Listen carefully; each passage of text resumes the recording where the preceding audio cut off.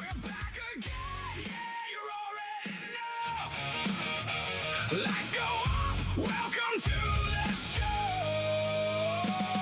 Turn it up, let it ride, let it take control. Real life, no script, yeah, we keep it bold. Kick back, press start. Whoa. Welcome to the show.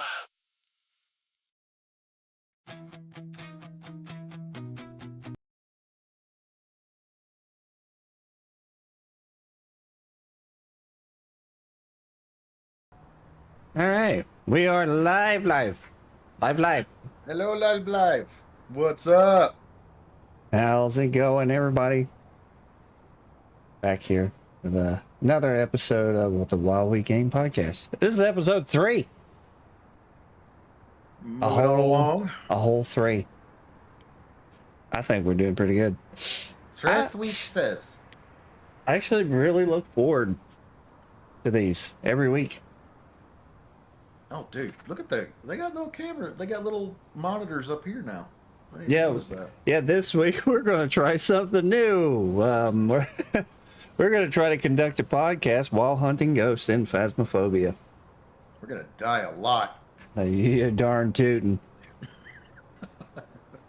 Yes, we are. We who are about to die, they're going to cry. Yep, that's what we're going to do. Yes, we are.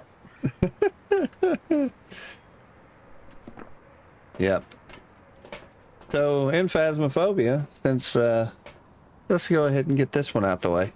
They have made some updates. We got some updates. A lot of good ones. A lot of, yeah, honestly. But, yeah, like Bill's House's character Look. here. Yeah, look. Ooh, look at me. I can't show you all my character, really. Oh, yeah. check this out. This is the best part. Look, watch me look up Yeah, and down.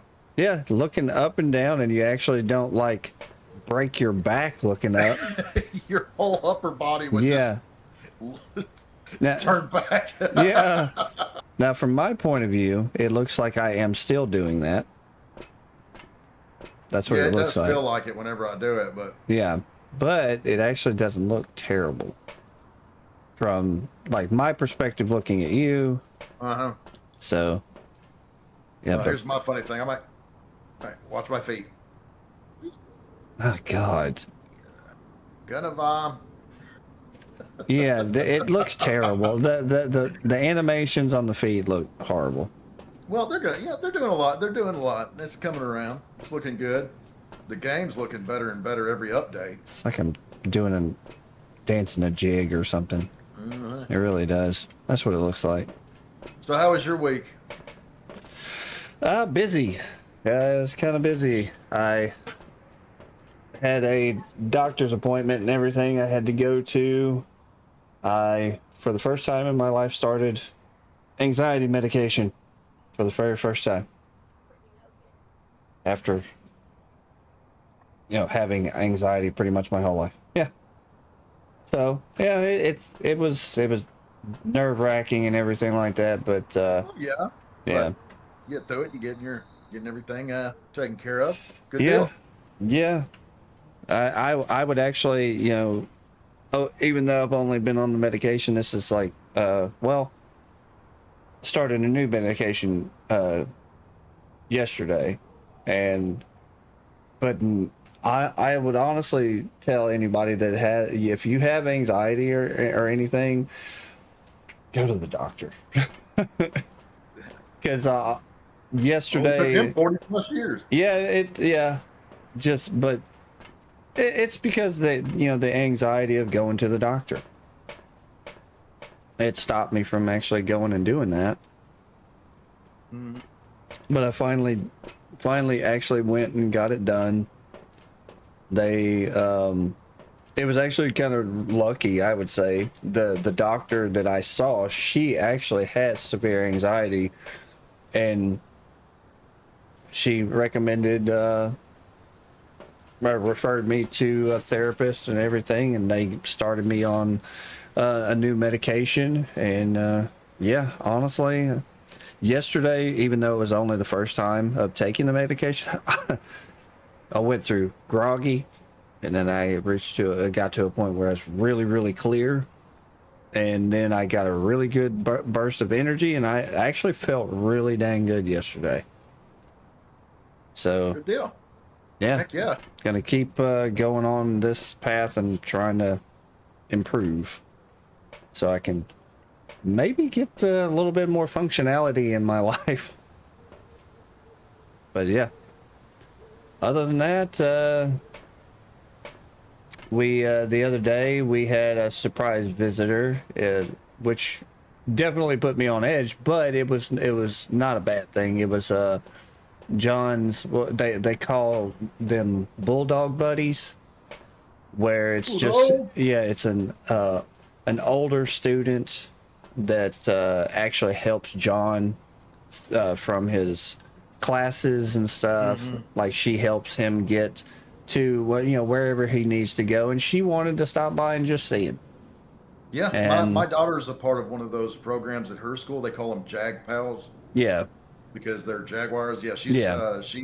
They team her up with she was put with a special needs kid, and yeah.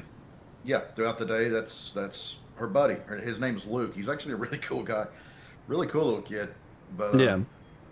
Yeah, so I think, she and absolutely loves it. yeah, and the thing, and John's bulldog buddy is her name's Autumn, and she just wanted to actually stop by and just see him. And That's I, freaking cool, man. and yeah, I thought it was really awesome and everything. I got to meet her dad. I got to meet her and her dad, and it was nerve wracking because me with anxiety and everything. But I still thought it was really cool that she just wanted to stop by, and as soon as John saw her, he just immediately goes over and hugs her, and like, oh, I know you. Right. But yeah, they stopped by for a few minutes the other day, and yeah, it was actually really cool that she just wanted to stop by to see him. Yeah. No, that's Yeah. a great program, man. Yeah, it really is. Because being a dad to two autistic boys, and having honestly like these older kids and everything, like, I was a bit standoffish about it at first because I'm like, I don't know if I want, but they're really selective on which students they have that do that. Yeah. They make sure they're mature students. They're not these idiot kids that are going to tell the other kids to go do something stupid. Yeah. But yeah, they are very selective on which students get to be parts of these programs and everything. And I honestly think it's really cool. I think it's awesome that Emily does that too. Yeah, she's going to be a senior next year, but I think she's been doing it since 9th grade. Yeah. Well, the Autumn, I want to say she is 5th grade, 6th grade. I think she's 5th grade. But I trust the school because they know what they're doing over there. Yeah. And I mean, she seemed like she was a really, really, really cool kid and everything. But I think it's awesome that, I mean, because like when we were in school, like, especially being young, when we were young and everything, yeah, they didn't have anything like that. They were just like, they throw special needs kids into just school and be like, good luck. Well, they had their own class and stuff, because I remember Yeah. when I went to school, they had the, they called them SPED classes back then. Yeah. And they're completely different now, because now Oh, yeah. SPED classes are just full of mischievous children. It's my understanding. But now they try to. I forget what they call their classes now, but I know there's a term for it. It's not bad or anything like that. I just can't remember what it is. Well, But, the one thing that with the boys, with their school, and I don't know if this is all schools, but I know it is definitely with their school, that back when we were kids and everything, special needs kids especially always rode the shorter bus. Yeah. I don't know if that's just every school district now, but I know with the boys, they ride the same type of school bus that every other kid in the school rides. Right. Now, granted, the students that are on that bus are all special needs in one way or another, whether they're handicapped and they're in a wheelchair or something like that, or like Brandon and John, they're both autistic. On the spectrum. Yeah, so I just know that I actually appreciate it that they are on just a regular school bus, so they're not singled out by just the bus that they ride. Yeah, that's terrorists from our generation, though. Yeah. That's basically what that is. That's because now, yeah, they're not. It's nowhere near that. And even if it is a short bus, who cares? Yeah, It's stupid. but I mean, it's just one of those things that was like, oh, you must ride the short bus, like, and honestly, that the stuff like that when I was growing up and everything, when we Oh, were, we would just say that like you're being stupid. Yeah. You know what I mean? It's like you're on the short bus, you're being stupid. Yeah. And, but times have changed. Yeah, when we were younger, we said and probably did some very stupid crap. And yeah. only difference is no social media was there to catch it, thank God. But Oh, there would be pages and just YouTube videos everywhere. Man, if YouTube Shorts and TikTok existed when we were coming up, we would have been in trouble. Like, 24/7 just trouble. you see this stupid stuff that these kids are doing? Like, Oh man, yeah. I mean, kids are doing Tide Pods right now, and God only knows what we'd be doing. all right, cuz I gotta say something about that though, because nobody had to tell us not to eat a Tide Pod. Well, there weren't any Tide Pods. It was just But- Tide, and yeah. you can't just drink that stuff. That's Yeah, yeah. But nobody had to tell us that, hey, don't eat the laundry detergent. Okay? Nobody had to tell us that. Well, I was told once, but I was a toddler. Yeah, exactly. You were, And I you were- remembered it. Yeah, you were really, really young and stuff. But I've seen videos of people messing with like Tide Pods that are nearly adult age, or are adult age, and definitely not adult in mentality.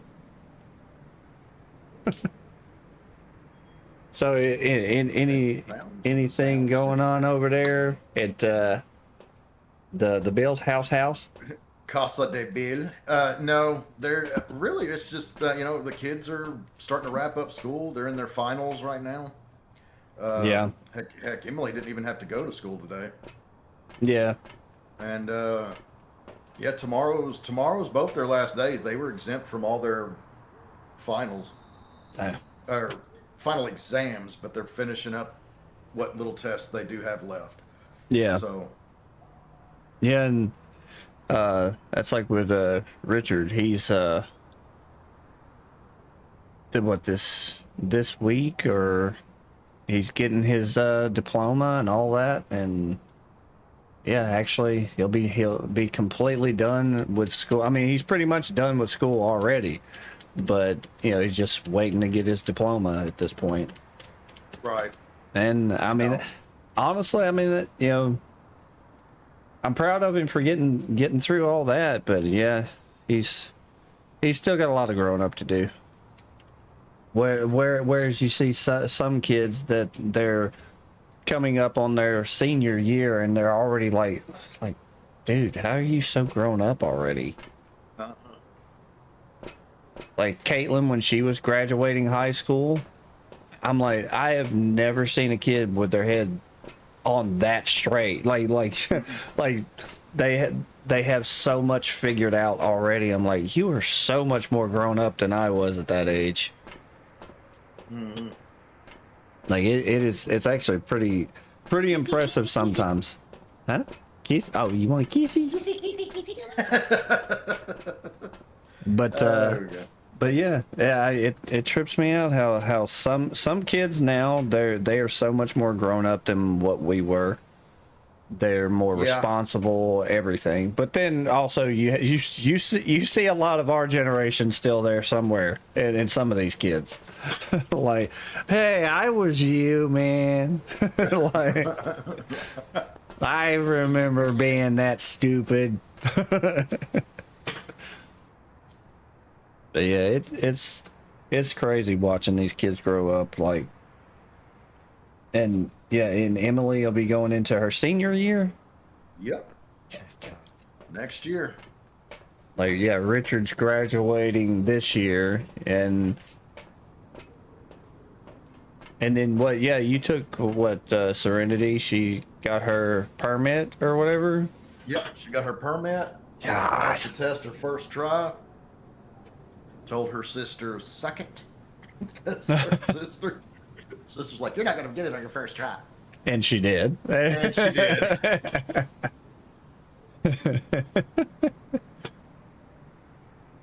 I know the last time that we were, that we were over there, the girls seem like they get along pretty good. Do they still get along pretty well? Yeah, I mean, they have their, they go at it. I mean, they have their moments. Oh yeah. But yeah, for the most part, they all get along just fine, and they all love each other all to death, and they talk crap and everything else. But it's Especially that Asher. Oh yeah, and Asher and Serenity are always at each other, but he doesn't do that with Emily because Emily's, at her age, she's basically a second mom to him. Yeah. In a lot of ways, but That's a pretty big age gap between them two, though. what are you saying? I messed up? No, I'm just saying Because I think I did. No, it's something else when you plan the first two and then your third is obviously 10 years out of whack compared to the others. So, Yeah, you can't just sit there and say, oh, the two planned were spot on, Yeah. No, The age gap is right where it needed to be, right where Kim and I wanted it to be when we decided we'll try for another. Yeah, but I know with my boys, that's a 5-year gap between them two. But I think the gap between Emily and Asher's, 10 years or something? It is a 10-year gap between Emily and Asher. That's, I think, 7 with Serenity and him. But y'all had Emily and Serenity pretty close together. Yeah. Like that. Honestly, that was the age gap that me and mommies were aiming for, but between Brandon and John. But you don't always get to plan that one out. So no, you don't. I mean, you try your best and hope it takes, but it's fun to try. Yeah, best part about having kids is making them. Yeah, that's true. That's the old Rodney Dangerfield for you. The old Rodney Dangerfield joke. Yep, but I mean, and what was it? On Mother's Day, mommies went out with her mom and her grandmother, but they also went out that they saw her cousin, which she just had her first baby like just a few months ago. And of course, mommies holds the baby. Oh yeah, that's all it takes. And of course, now she's like, I want another baby. Oh no, when we go to church on Sundays, I make sure Kim goes into the kid zone and she gets her baby fixed. Yeah. So we don't get that. I don't get that whole long conversation about potentially having another child. I'm like, Kim, no, it's not happening at our age now. We're done. Yeah, see, and that's what I told mommies. I was like, she's like, I want another baby. I was like, just borrow that one. Yeah. Just borrow that one for a little bit. Kid in my 90s. Hey, honestly, maybe we should tell both of our wives they should work one day a week at a daycare. Just one. I mean, you do that with the church. Mm-hmm. Kim does. Yeah, maybe that's what I should tell. All the kids do. My daughters, they help out in the kids zone during church, and Kim has her days where she helps out. And but no, every Sunday I shove her in the kids zone. You go play with the kids. You go play with the kids, so you remember that you don't want to be there anymore. You go play with the kids. And as soon as church service starts, you can come on out. But you can stay in here and play with the kids. Yeah. And I assume that works well. Yeah. I mean, all the kids at our church love us. I mean, they run up to Kim before they run to their moms. Sometimes it's funny.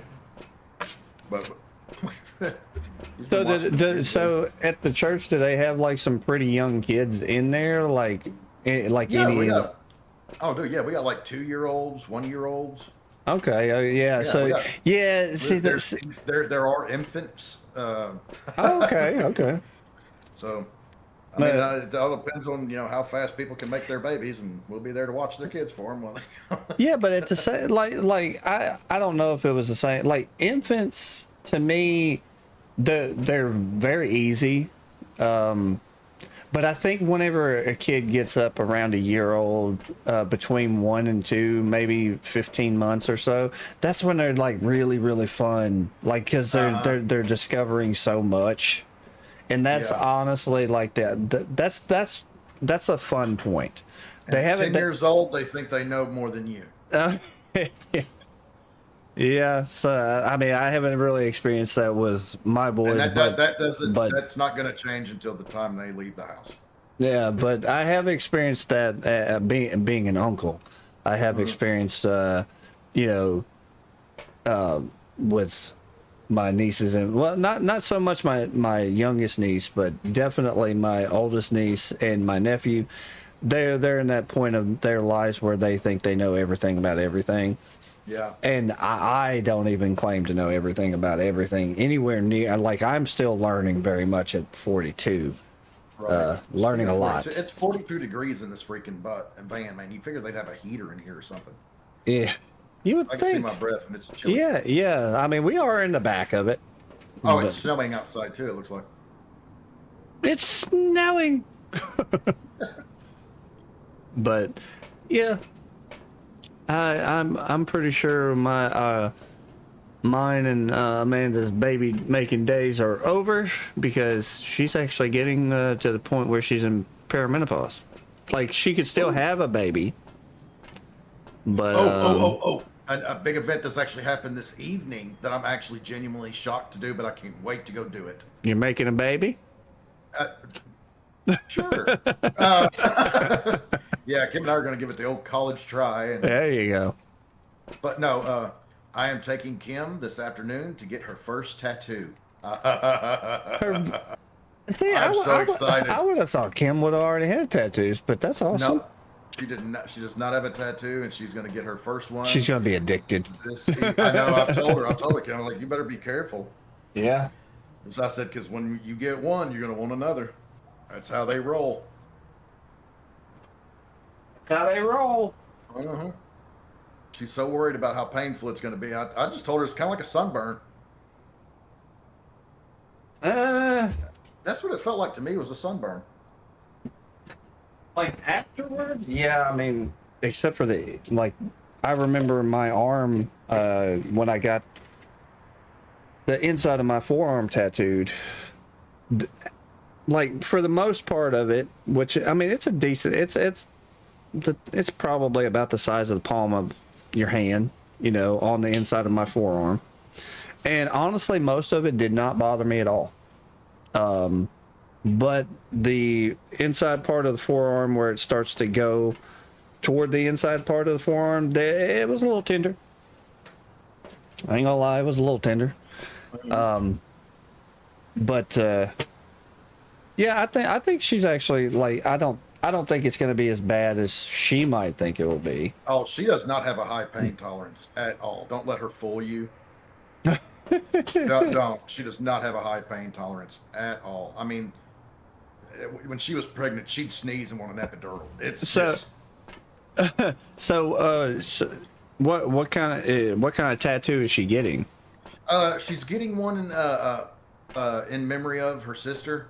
Okay, yeah. And her sister loved butterflies. Yeah. And she's getting a beautiful butterfly on her. She's already picked it out. It's really cool.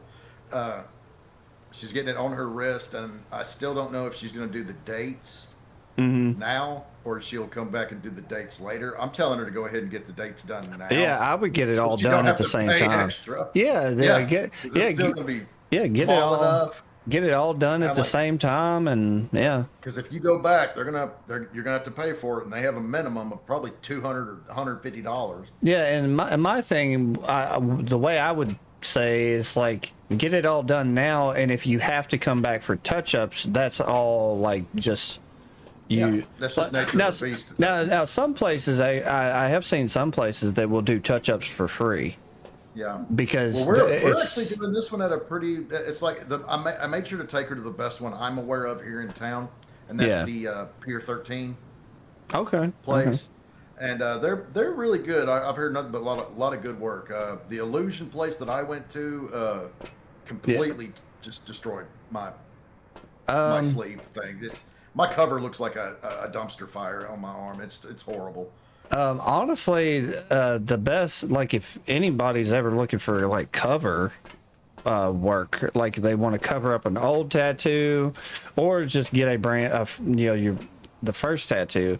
It's hard to get into the place, especially in the Memphis areas. You talking about Ramsey Shadow? Yeah. Oh my God. Oh my gosh, They- yeah, dude, they're like the best, but they- it's like a 5-year waiting list. yeah, they They're- they have a waiting list for a reason. Yeah, and I would completely forget that I had an appointment. Yeah, but they are good. They are very good at what they do. They are absolutely the best, but it is so hard to get in there. Yeah, but if is she planning on getting on the top of the wrist or the underside? Like, I think it's the underside. okay, Yeah, that's a little bit of a sensitive area. yeah, We'll see how she deals with it. I don't have one there, so I can't really. yeah, She kept asking me if it's going to hurt, and I'm like, well, it's a tattoo with needles. It's going to be sore. yeah, it's But good. It's Yeah, like a sunburn. That's what I told her. It's like a sunburn to me. yeah. I You mean, just put your ointment on there once a day. You're good. yeah, To go. yeah. I mean the only thing that Kim she needs to absolutely do is whatever aftercare they tell her to do. She needs to follow it to the T. She Oh, I know. like. Yeah. Like don't because like getting an infection in a tattoo is nasty stuff. Yep. But no, I'm not worried about that. I'm pretty confident we're going to be okay on that part. I'm just wondering if she's going to make it through it at all. She might start saying "ow" before he even touches the arm. I don't know. I don't have a clue what's going to go down. yeah, see, my experience with like, and I say this in, well, I mean my pain tolerance has always been pretty decent. Like it's but then it depends. Mine's gotten better with every kidney stone I've had. Right? Yeah. I've had 19 kids. Yeah, I haven't had any kidney stones, thank God. But Yeah. I I had do. 19 kids. Count that, Duggars. But I say I have a high pain tolerance, but at the same time, when I got my snake bite piercing, like Yeah, those hurt, didn't they? it didn't like. All right, so it's kind of weird. It's like because when they did the piercing and everything, they got the jewelry put in and all that stuff, Yeah. which I still have the same jewelry that I started with. But there's a reason why I've stuck with the same style and everything like that for because of the horror story they told me. But no, they did the piercing, went through just fine. And they did the second one, and I felt fine. But they said, "You look really pale. We need you to lay back. We'll get you a popsicle, and because your blood sugar's probably dropped." Is that why Cookie calls you Popsicle? No, she calls me Oh, that Pops. would so make sense. Yeah, no, that's not why she calls me that. No, but Poor Popsicle. no, see that actually she derived the popsicle name. That actually came from because if you remember back years ago, my gamer tag was Iceman. Yeah. It used to be Iceman 2383, Yeah. and you used to have the flashover 8225. Right. And but whenever her and I first started playing games together, we started playing Black Ops and stuff like that. And we were talking. She's like, "You don't seem like an Iceman." She's like, "What's the Iceman thing?" And I said, "Because it's cold, you know." So like, I'm not meaning like I'm cold hearted or anything like that. But in gaming, I can be pretty vicious at times, like especially back then playing shooters all the time. I was pretty cold. Like I would I'd kill you, I'd teabag you, and then I'd just keep doing it. I was Guilty. yeah, Guilty. yeah. I was pretty cold in my shooters back then. And she's like, "But you know, no, it doesn't fit you." She's like, "So we want to stick with the cold thing and everything. What about popsicle?" Popsicle. And that's honestly where the name, where that's why she calls me Popsicle. Get out of my feed right now. And then I of course I call her Baby Bomb, and that was derived from she's so I had a shirt that said it had like a bomb on it, that kind of like the bomb thing from like Mario. It looked kind of like that. It had the fuse coming out the top and all that, like the old school bomb that you would think of like from old cartoons. And I had a shirt that said "I'm the bomb," but she was like, "No, you're not the bomb. I'm the bomb, and I'm the baby, a baby bomb, if you will." Like, A baby bomb, if you will. and that's where the name kind of came from, and I've called her that ever since. I'm just like, man, she's the youngest of us, and I feel Yeah, like, yeah, she's about to turn. Yeah, Like, I don't want to put her info out there like that, but Yeah, I have a yeah, birthday coming up, and yeah, and she'll officially be out of her 20s. and and I and just sitting there thinking back to, I remember when she was born, and dude, I remember her standing out in the yard, just in her little bitty sundress and diaper, just running around doing circles. do you remember the mullet? I remember the mullet. Do you remember the mullet? I remember the mullet. Yes. I was like, dude, does that baby have a mullet? Yes, yes. And I still to this day wonder why. Why did her parents give her a mullet? Well, it could have been an issue where boys cut her hair. One of her brothers cut her hair. No, she had that hair. No, she had that like so many times.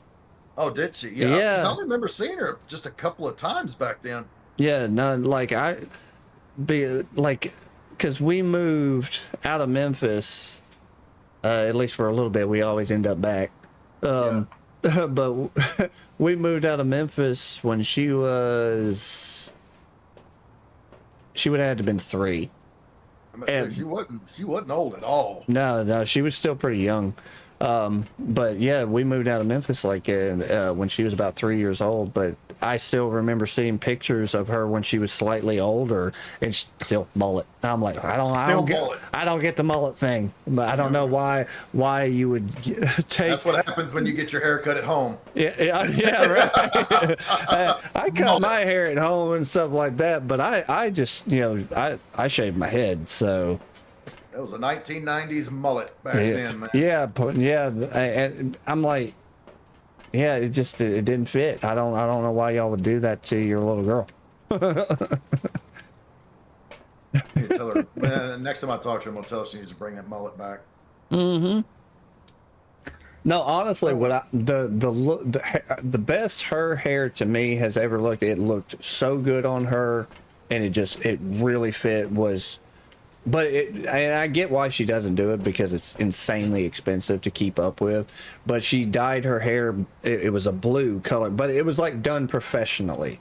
It was not Oh, like, yeah. and it had the layers in it and everything. It wasn't the blue dye from over the counter. No, this was done professionally, but it cost so much friggin' money to get done Right. and keep up with and maintain that she really couldn't do it. And I get that, but it did. It looked so I actually I got a picture I can post. I'll post it in the Discord. I'm not going to put it out here on the interwebs. Yeah, you want to have her permission for. But she wouldn't mind if I posted it in this Discord chat, just so. But you could see what I mean. It did. It really did look good on her. But I get that it was very expensive to keep up with. Yeah. Oh Lord, finding it in this is going to be a nightmare. Oh, Cookie. She posted a picture of her little. Oh yeah, She Katie. posted a picture of Katie. Yeah, she got the picture of Katie in there. I was like, Katie smiling. yeah. Oh, right Yeah. up above it's my new. The Yeah. Colonel. Yeah, dude, I was so happy when because ours came in like the same day, and I was so happy that finally came in there. Really, that's the emote you put. That you put the eggplant emote. I did. Okay. Yeah, I do that a lot. Sometimes I'll do that on somebody's post where it makes absolutely no sense just to throw them off. Mm-hmm. Yeah, it's gonna take me a minute to find this, but I know it's in here somewhere. If I could actually look through like albums or something, it would make it much faster. But oh, there it is. I found it. Much faster. Oh, there. I want to say I'm posting it to the right one. But yeah, Oh, okay. Yeah, it didn't look bad. yeah, it actually looked. But look, see how much you. It's like a blue hue to it, but it's meant to be Yeah. just like almost white. Yeah, it's like a you could say like a white, gray, bluish, like it's got that whole thing going on. Mm-hmm. But it was done professionally, so it actually looked really good. And I know she has said she would love to bring that back, but it costs so much. Yeah. I think Yeah, she I was. bet it did, man. Women pay.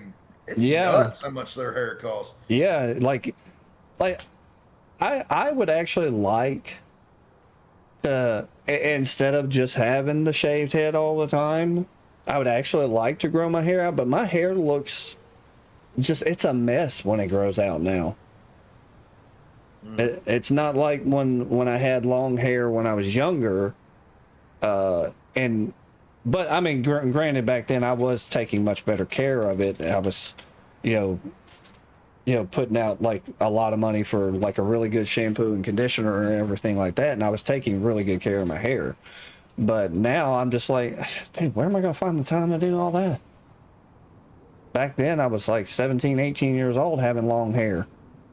Now I'm 42, got 2 kids and wife and everything, chores. Like, what do I ain't got time. I ain't got the time to do all that.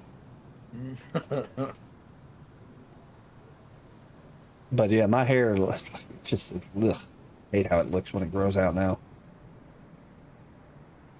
So I'd rather just keep it short and do it that way.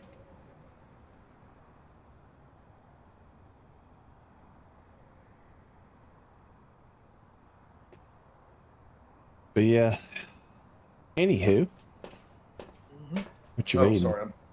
You reading something? Yeah, looking at the introduction guide to the ghost hunting. All right, you ready to get in there? Dude, did you see the name on this? No. Oh, great, Ed Kemper. That's just it. Wasn't that the college, the co-ed strangler?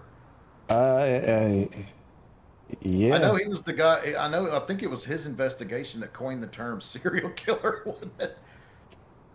Honestly, I don't know, but I know who the hell Ed Kemper is. What's Oh yeah, he's oh boy. Okay, well, we're going to go in here and we're going to talk to Ed Kemper. I don't think I want to go in there now. You're going to go talk to Ed Kemper. I really don't. I really don't wanna. Need a photo of a successful EMF reading. Capture 2 unique paranormal sounds with the sound recorder. Are we even And- going to be able to do this? Probably not. I think we're going to go in there and die. A bunch. Capture 3 unique videos with a video camera. All right. I got a video camera. Yeah, I got a video camera. Let's head in there and find us some hiding places real quick. I mean, we got 5 minutes on the clock there, so I mean, we can't be hunted in that time. Yeah, no. Mm-hmm. All right, let's see. Can I hide under here? I mean, you're really gonna go in there? I don't want to go in there. This is Ed Kemper's house. Well, I think he's actually still alive, but anyway, Ed Kemper's house. Here we go. E-Dog! E-Dog. We're home, E-Dog! Oh, what's the temp outside? 41. Well, let's see. What do we got? And it's 68 in here. Okay. Oh, so it's nice and warm. Okay, let's see. What do we got? Gosh, this little doll in this room is freaking morbid now, man. I like the updates. They did a lot of really good updates in this game. Oh yeah, the updates to Phasmo with the customizable characters and everything like that. Yeah, it's nice. I like it. What is this, an office now? I mean, yeah. I like this update. Do you hear that? Well, I mean, it is a haunted house. I was in the closet. Let's see. Oh, there's a hand, a bone here. The ball. You got the camera? Got a Just video leave it there. camera. We'll get the camera in a minute. I'm still trying to find the room. I think it's in there, honestly. Take me a full 5 minutes. Oh, nope. 50 degrees. No. 67, 70, 54. But let's see. What do we have? Honestly, dude, it's got to be in here. I mean, it was 50-something degrees. Everywhere else has been 60, but usually it falls a lot lower than that. Like stuff in here is getting thrown around and all that. Or was that in the baby's room?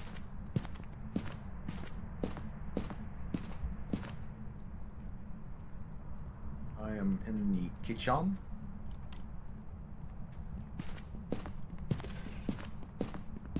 But what do we have? Anything else in like gaming news? GTA 6 pre-orders maybe about to go live, which that's a pretty hyped up game. Has been for like the past like 40 years. Mm-hmm. Yeah, this is the room. Been in development for quite a while. This is the room. Yep, I'd say so. Because they just tried to throw that cup-looking thing at your head. I hope they missed.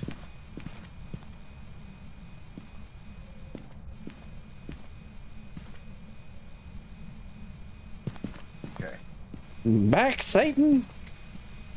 All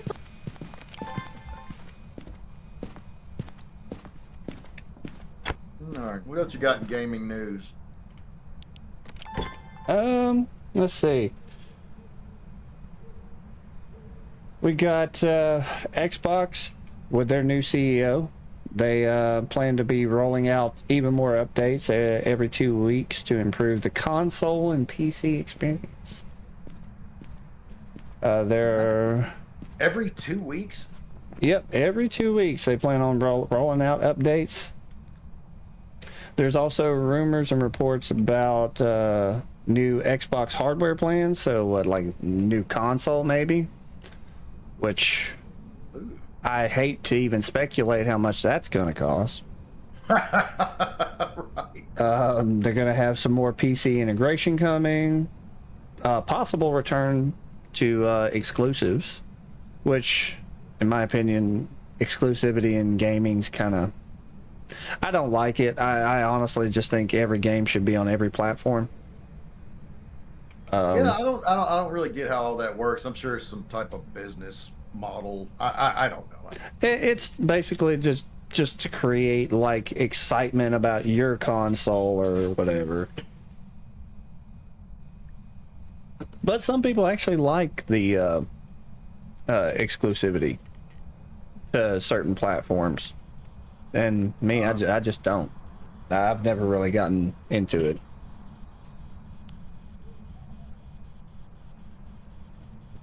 And let's see, a future hybrid Xbox PC type device. That could be interesting. Xbox PC. That yeah. I mean, the thing is like, because games are just advancing as much as they are, eventually, like, consoles will have to essentially be on the same level as a gaming PC. I was about to say, yeah, they're going to just be towers, and we have to get monitors separate. I mean, yeah, I mean, if you're being completely honest, I mean, yeah, that's probably where it's headed anyway. I mean, it's kind of slowly working its way that way. Because, you know,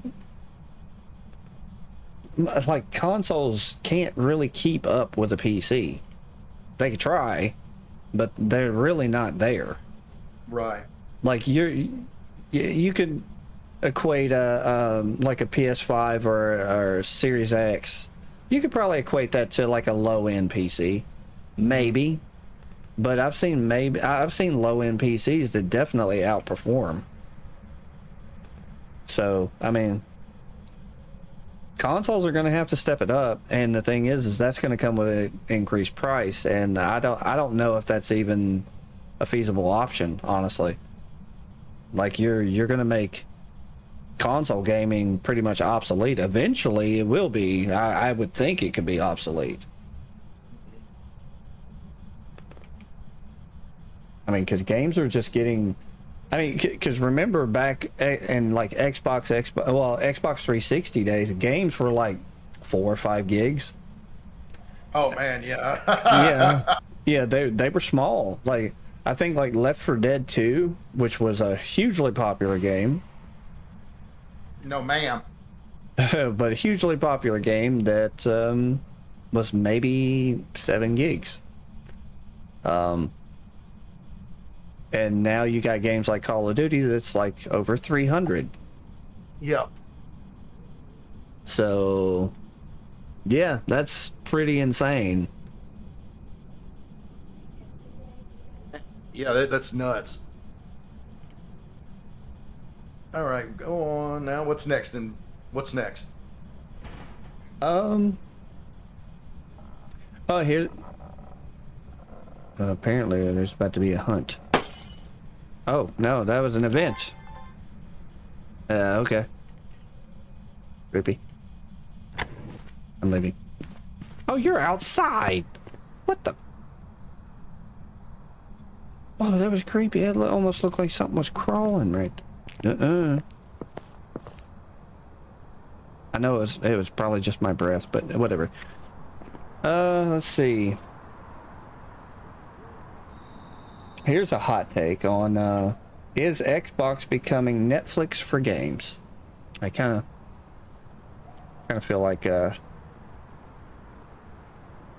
Xbox becoming Netflix for games is more like I mean, we already had GameFly, and as far as I know, GameFly still exists, which essentially would be a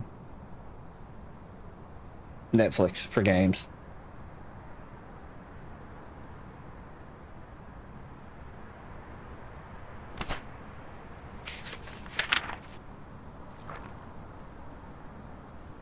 All right. I'm gonna have to take a short little break, and we'll be right back.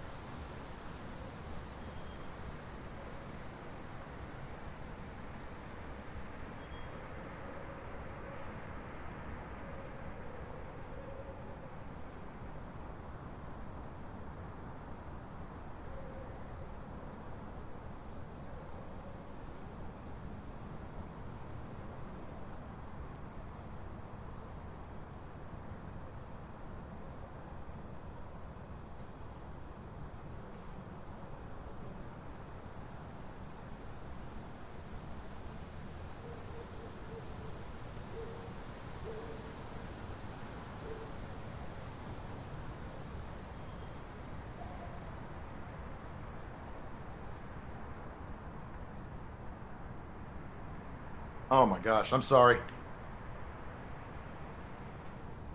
You there? Dude?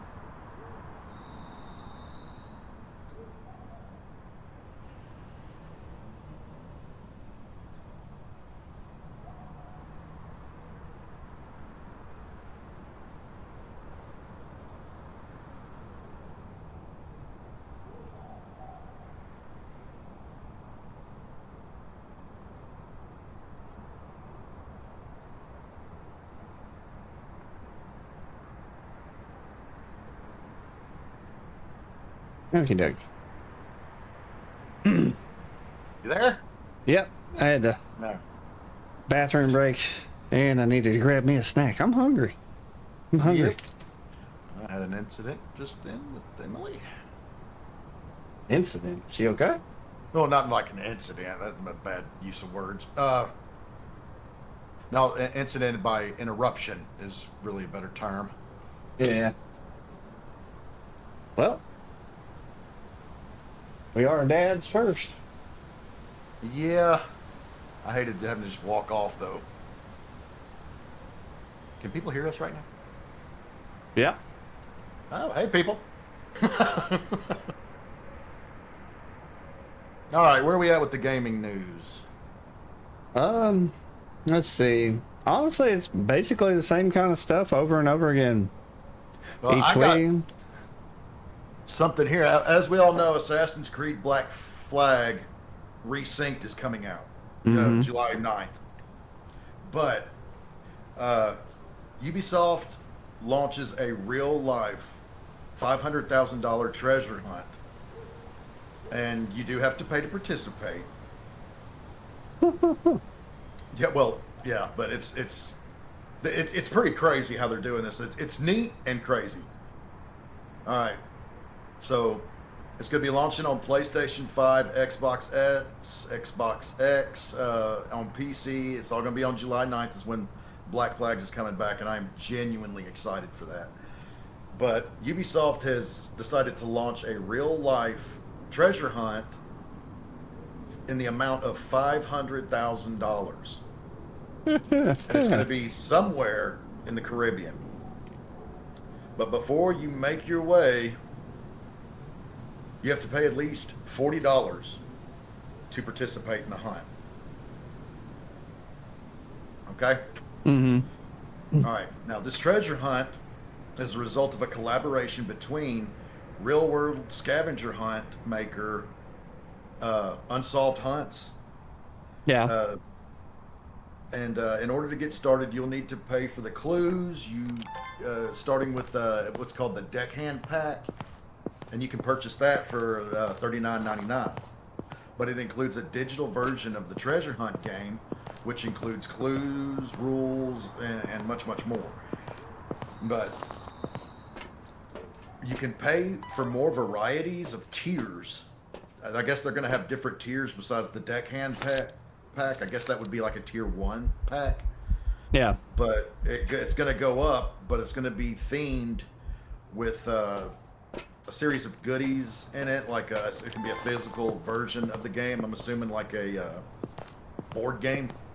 Yeah. And a themed notebook to go with it. Woo, I've got a notebook.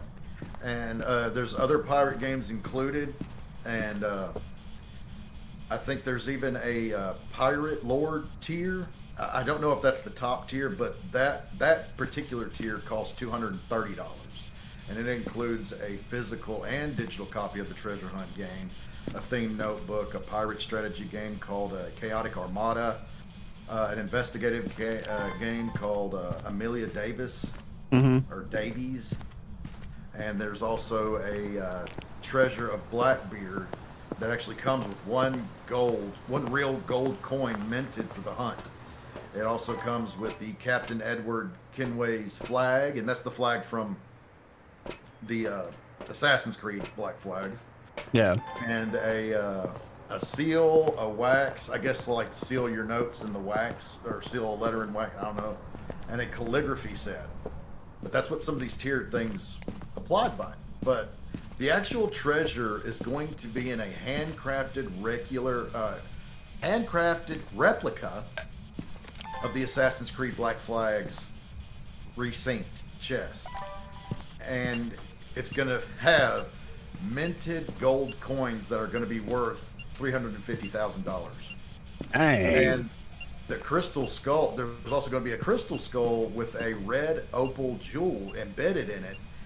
And that dude by itself is worth $150,000. Dude, it'd be sick to actually win that. Yeah. Now, to find the treasure, you'll need to solve 15 riddles.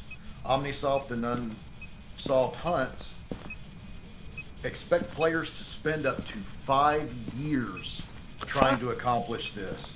5 years? Yes.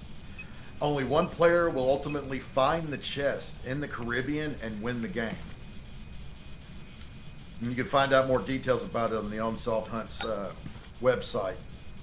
But you just Google Unsolved Hunts, and I'm sure you can find their website from there. But yeah, That's 5 crazy. years. I mean, yeah, it's only $40 to join in on the game, but I mean, dude, you gotta pay for your ticket to the Caribbean. You gotta get a hotel room in the Caribbean, and over a time frame of 5 years. EMF 5 and UV. Oh, Nice. okay. All right, that was fast. Yep. Okay.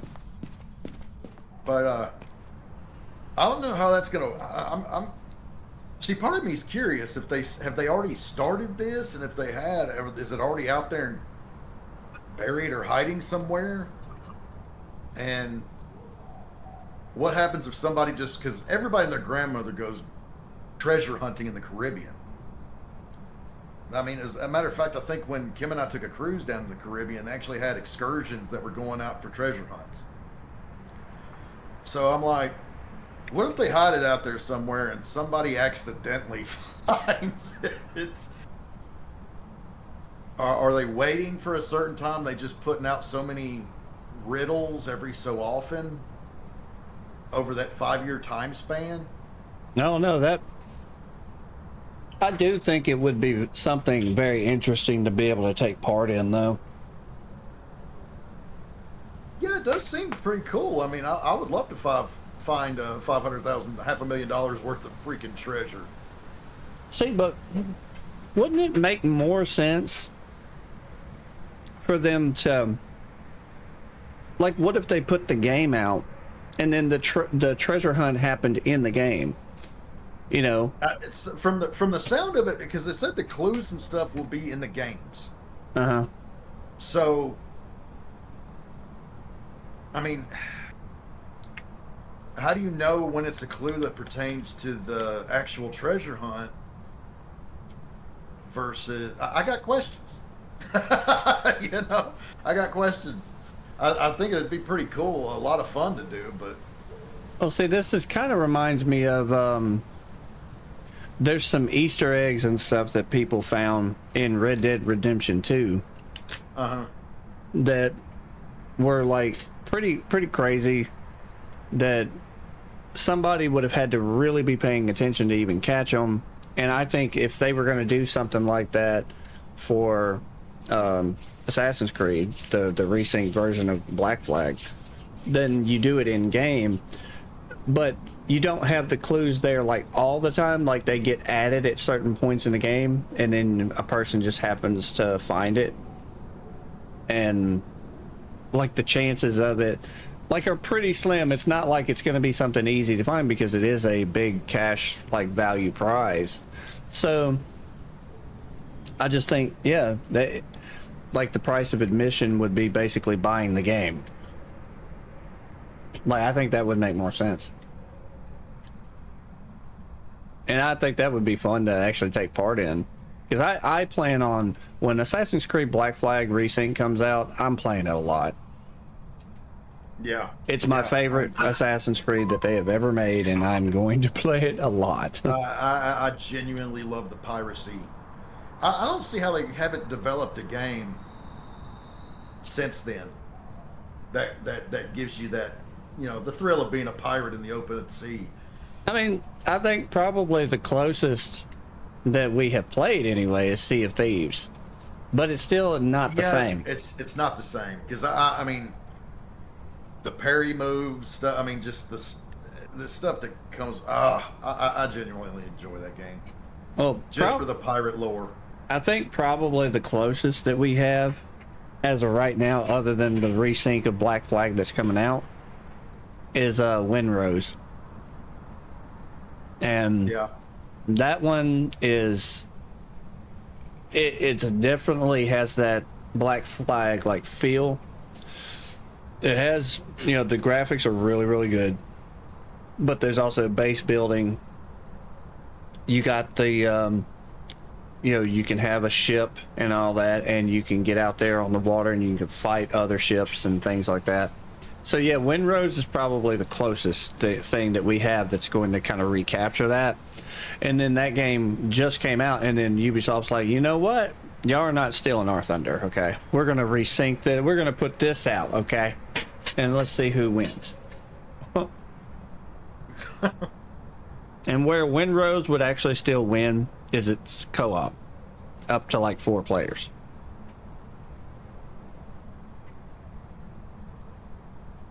But also talking about pirate games, but ones that were a complete bust and failure, Skull and Bones.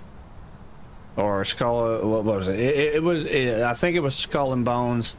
Originally, when they announced the game, that's what I was thinking. Oh, this is like going to be like Black Flag. It looks amazing, everything. And then all this time passes, and they finally put out like an actual gameplay trailer, and people are like, "Wait a minute, what is this?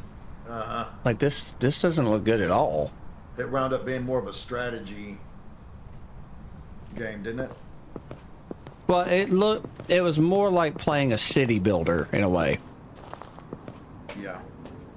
At least that's how it looks.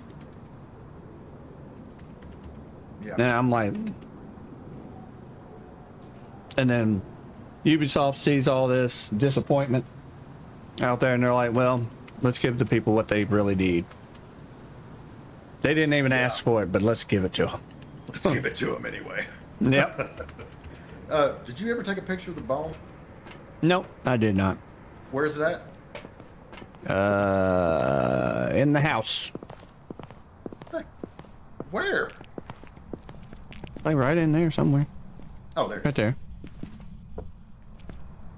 So, if we did get EMF level 5, and we did get ultraviolet.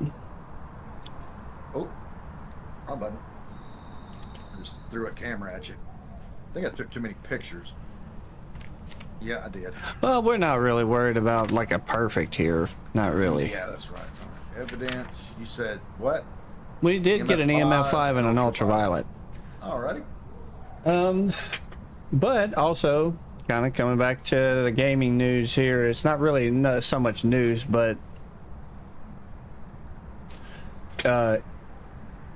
horror games in general seem to be exploding in popularity.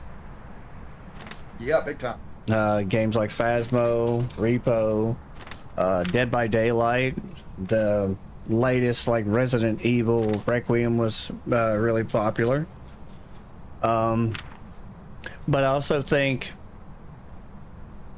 honestly, yeah, there's plenty of room for horror games to just completely dominate the gaming world, honestly. Yeah. If they want to continue to do Resident Evil, bringing in Silent Hill again, Right. but now they can make these games so much more realistic and terrifying. Like Resident Evil 2 that we were playing like back in the day, where Chris, he was sitting there controlling the character, and he goes into that interrogation room, and that liquor jumps out. Jumps through the window, and the aiming system was horrible. Oh, it was trash. Up, down, up, down. Yeah. It was so bad. It was so bad. Kill it! Yeah, we're sitting there screaming, kill it! I'm trying. And he's just sitting there aiming up and down. And it was so bad back then. Like the games, we thought the games looked amazing and stuff like that, but they honestly looked like trash. Yeah. But speaking of horror games, dude, there is one coming out that's it's kind of got my attention. Which one's that? It's called Rock, Paper, Severed. Oh, I haven't heard of this one. What's it about? Okay. All right. It's Rock, Paper, Severed is a dark new horror game for 1 to 4 players that takes the classic game Rock, Paper, Scissors and dials it up to deadly levels. Okay. It's all preceded over by this mysterious entity, and it's currently in development for PC and is due out later this year. So I'm assuming Halloweenish Yeah. when they say later this year. But it's a simple setup. But according to the developer in Buzzin Games, losing doesn't just mean defeat; it means sacrifice. Each wrong move costs a player a finger. So it raises the stakes with every round, and in an intense battle of strategy, nerve, and survival. Now, proceeding over the game, in-game, this mysterious entity, a shadowy host, offering players a chance at absolution. Those who sit at the table are drawn in by the promise of wiping away their sins, but leaving is so much more difficult than this. As the match unfolds, fragments of the past begin to surface, and the true cost of the game becomes horrifyingly clear. Okay. You'll have different items to use in order to out strategize or outmaneuver your opponents while trying to keep momentum in your favor. Each in-game character is unique and has their own motivations for playing the deadly game. But yeah, it looks pretty freaking cool. I'm looking at the preview for it here, and I mean they're just kind of. It's scary. I mean, it sounds actually pretty interesting. But yeah, you just sit at the table and you play the game. And yeah, if you lose each round you lose a finger. All I know is if I played a live action of this game, I'm pretty bad. My chances of winning rock, paper, scissors is pretty bad. So I wouldn't have any fingers left. Yeah. No, I would have nothing. Then they'd have to move on and be like, all right, we're going to go after your toes now. Then I'm going to lose all them too. And I'm just curious. So, like, if a person has had, I mean, no, wait, I got a cheat code for it. So if you get all your fingers chopped off, how do they know if you're doing scissors or rock? By your nubbins. I don't know, dude. Because let's say, one person says, "Oh, I'm paper," and you're holding your your nubbed hand out there and everything like that, and they're like, okay, so what are you? Are you rock? No, I'm scissors. How do we know? Well, we don't know. I don't know, dude. I don't know how it's gonna work out. Oh no, I see. Just as you said that, it did. That you have a rock, you have a rock, a piece of paper, and a pair of scissors. You pick the one. Oh, okay. So that all right. So that eliminates the loophole. So basically, the developers are smart. They thought of what I just thought of right then. They're like, they had. I guarantee you, if I talked to the developer, did y'all have this conversation? Absolutely, we did. How would you know if somebody with a bunch of nubs was doing paper, or rock or scissors? How would you know? Rock would be easy because you can just it's rock. It's just all your nubs right there. Yeah, but also at the same thing, it would be hard to tell the difference between if they've lost all of their fingers on one hand. You don't know if they're doing rock or scissors. Hang on. That's a very morbid game type. Rock, paper, severed.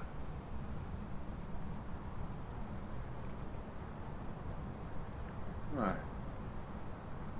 Go and check what our sanity's at real quick.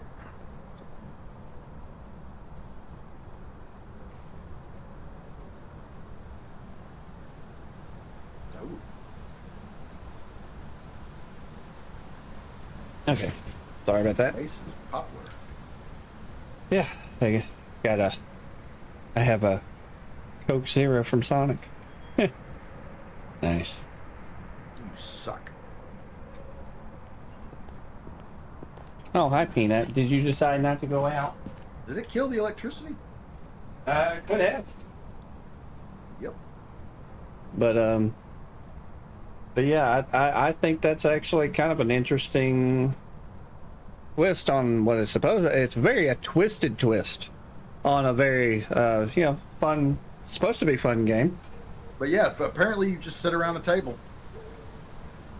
So very, very simple, but at the same time, somebody's losing some digits. Uh-huh. Come on, open up. There we go. Oh, okay, breaker's still on. Maybe blew out the lights. I'm fixing to go check. Well, let's see. We got anything else gaming wise No, here? just turned off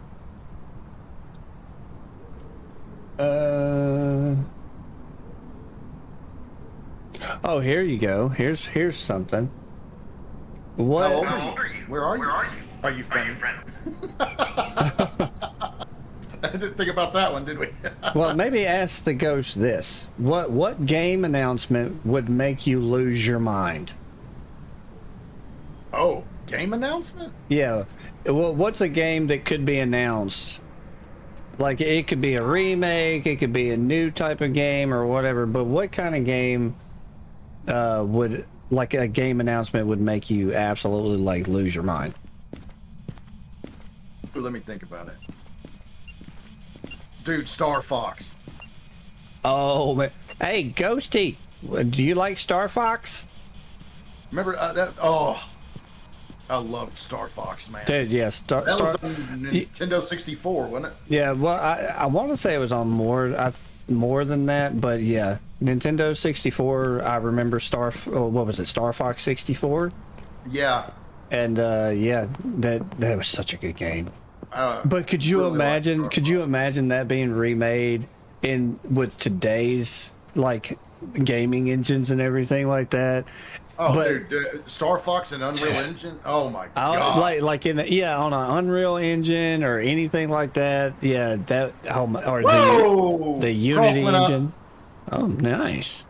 Cross just went up. Yep. Ooh. So I'm leaving. Hold on now. Let's see. What's the sanity at? It was at right around 35 whenever you said it went up. Okay, we were within hunting range then. So this is... Alright, hang on. What is it? Ghosts...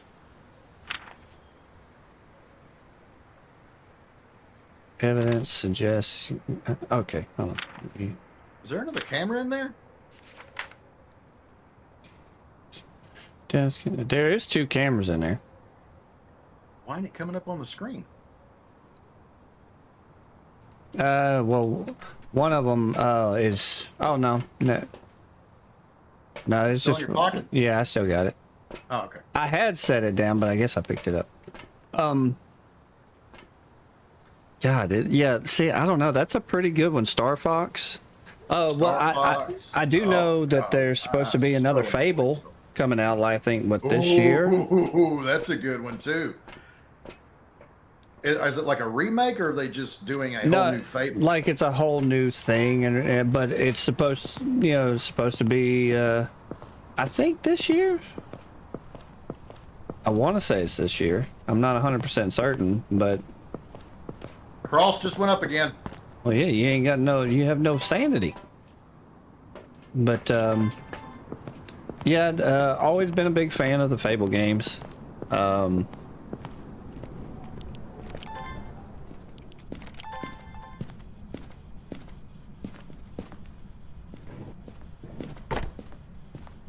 Yeah, always been a big fan of Fable. What is something? All right, so I know they did a remake of this one, but honestly, I wasn't impressed by the remake. Was the Legacy of Kain Soul Reaver? Oh, that game never really caught my attention too much. See, I really enjoyed it. Like, oh, did you? Yeah, I really enjoyed the Soul Reaver game. It was very like I actually still have my original copy of it. Oh my gosh! Yeah, I still have my original copy. And what was that on PlayStation? Yeah, that was a PlayStation game. Yeah. But I still have the copy of it, and now I'm not saying I would not play a remake. Cause good. I mean, a remake of it today could be freaking awesome. I don't know. I just didn't. I think you're being hunted. No, it's just an event. Oh God, it's a away. Go away, dude. Oh, don't do that to me. Don't do that to me.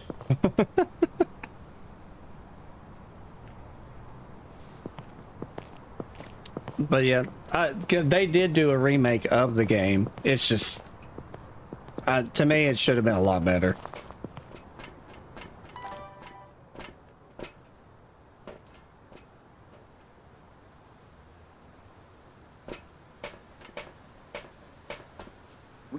We got any other clues?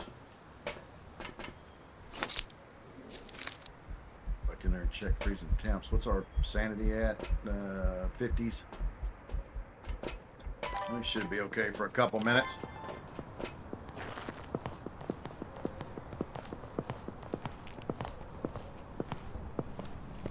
Why do I feel like someone's watching me?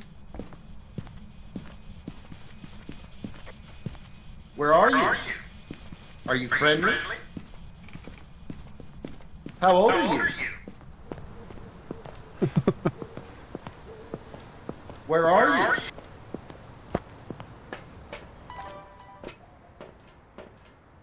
Are you friendly? Where are you? And sometimes it helps you yell. Where are you? Are you friendly? How old are you? Freezing temps. That's our third one. Friday, freezing temps. That's a gin.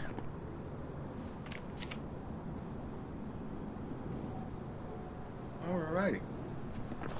Well, we got the ghost figured out. You want to head to the next one? Oh yeah, we can.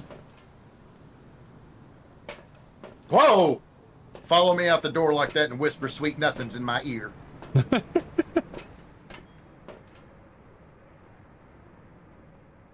Oh no, dude!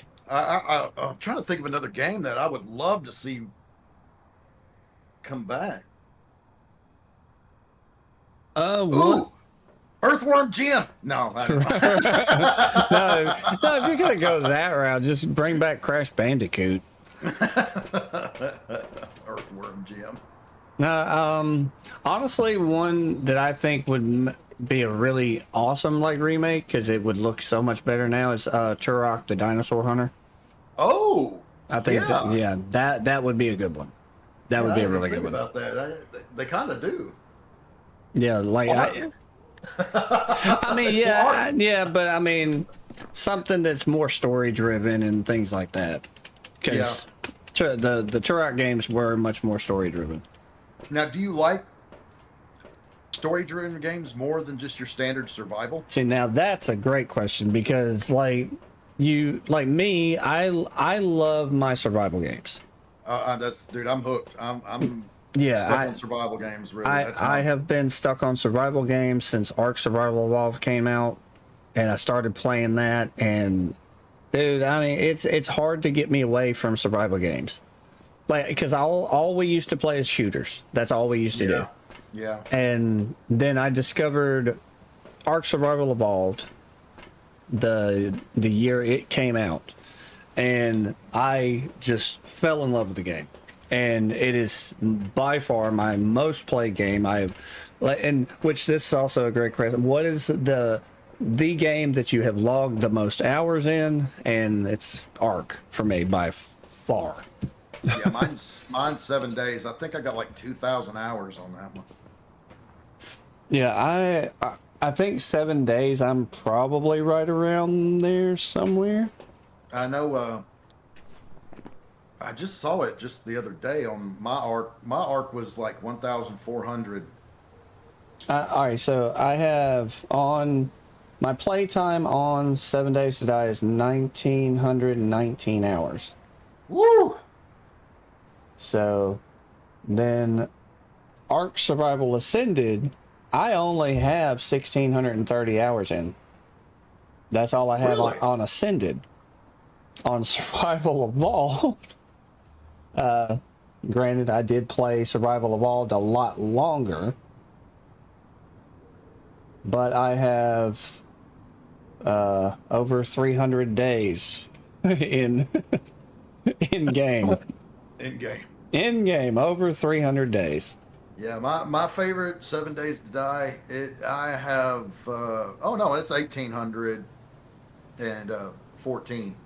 Yeah. So not too far. But honestly, a big contender for me is Rust. Yeah. It is definitely my most played game behind Ark. For sure. Because I'm approaching 4,000 hours. And I really enjoy playing Rust. It's a ton of fun. I'm really accustomed to playing more of a not really. I tend to stay away from like the hardcore PvP in it. I like to build bases and things like that, but I don't really get into that hardcore PvP like a lot of people that play Rust do. I just kind of like to chill and build a really cool looking base and everything, and then somebody comes along and blows it up and whatever, and then a new wipe starts, and then I get to try a whole new base build and all that kind of stuff. And I guess that's kind of like I guess I was meant to be a carpenter or something because I love to build. I really do. I do. Ever since I was a kid, Dad used to get so mad at me. He would buy lumber for a project and then it would go missing. He's like, "Where's my lumber?" I nailed it into that tree. And I'm over here trying to build me a little tree house. Like ever since I was a kid, always trying to build something. And then discovering like survival games, yeah. That just, it really scratches that itch on wanting to be able to build something.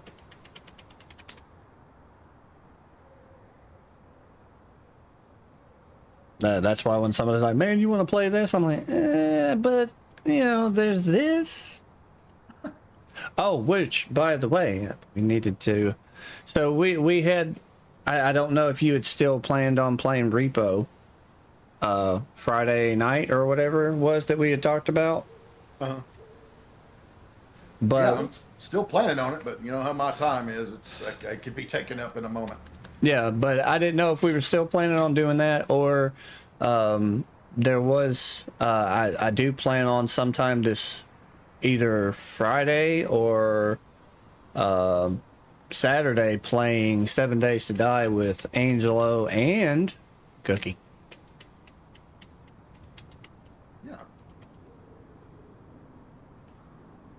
But I didn't know it, like it, because you had said something. I know y'all had made plans to play Repo Friday night, but I was like, well, I'll ask him and see if he wants to maybe even play 7 Days to Die with all of us and everything. We're trying to get Josh into 7 Days to Die. We're trying to get him to buy it. He's being stubborn. Young man, you buy that game.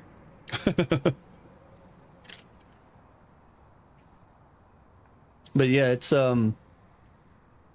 actually gonna be kind of fun because Angelo's been wanting to play, and I told him, you know, we could either play Friday or maybe even Saturday, just you know, whichever day is gonna work best. And but yeah, you know, I'm also down to play Repo on, like, if we wanted to still do that on Friday night, because Repo, they got a big update too with a lot of cosmetics and stuff like that into the game. So, you know, there's a lot of different things we can do there. All right. I think you got it selected. Oh yeah. All right. Little finger button animation. Yeah.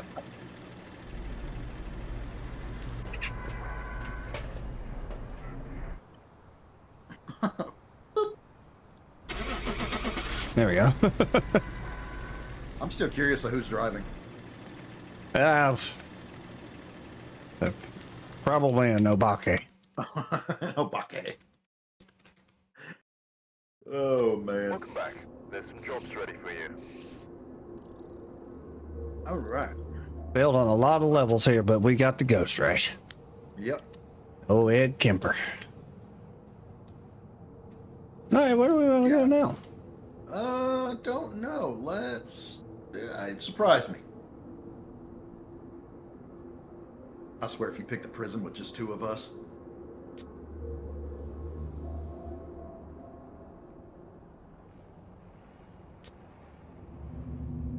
I didn't pick the prison. Or the insanity. Oh, oh my gosh. Yeah.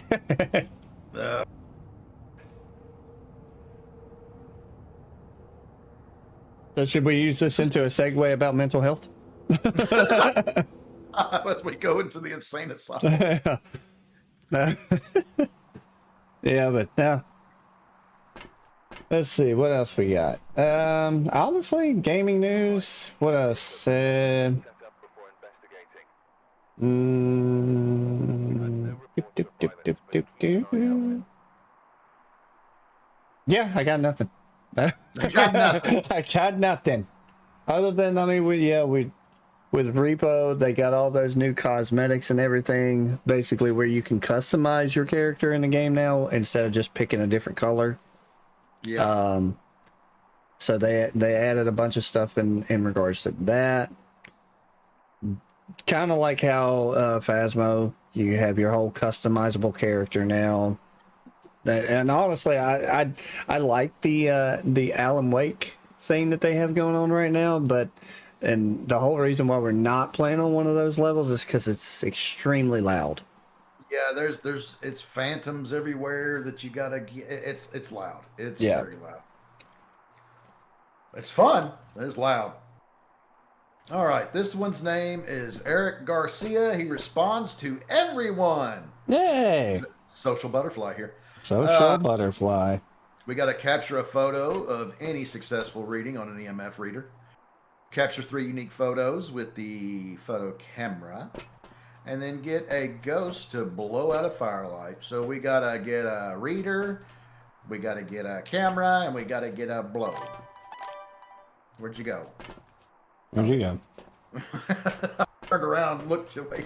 I didn't know you were right behind me. Now finding the room on here is going to be interesting. We're gonna have to set up the sound equipment, I think. No, we shouldn't do that. We should just go in and wing it. No. You can't wait. I can't see spit in this place. Gotta open your eyes. Boop. Push a button. Push a button. Yeah, come on, push a button. Hey, face. Huh? Bitch. All right, let's see.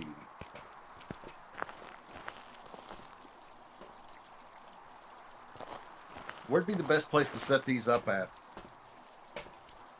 I got 2. No, never mind. Oh. Okay, I got 2.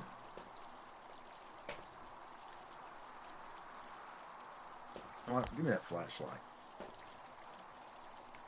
In case the ghost comes in, I'll give him a seizure. All right. Holding off on the light. You're gonna have to. I think you have to go a lot faster than that. I'm trying. I'm hitting my little button so fast.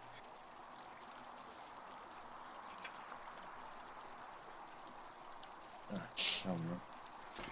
All right, where are you already in there? Nope. Oh, where's the entrance? Oh, okay. I got 2 of these little things set up. Why don't you go get the other 2, and we'll put them where we need to put them. I'll go left, you go right. I'm just gonna go in and look. It's not in here. No, the light's right. Yeah. You're ringing the dinner bell. Isn't the cursed object in the first room? It's usually in the chapel. Oh yeah, that's right. That's right. There's a big chapel here. Going to the chapel. We're gonna get married. Ooh, that sounds pretty. Okay,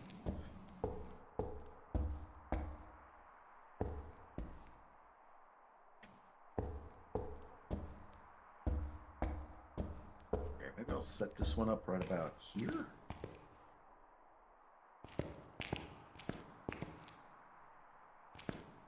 Right. Next.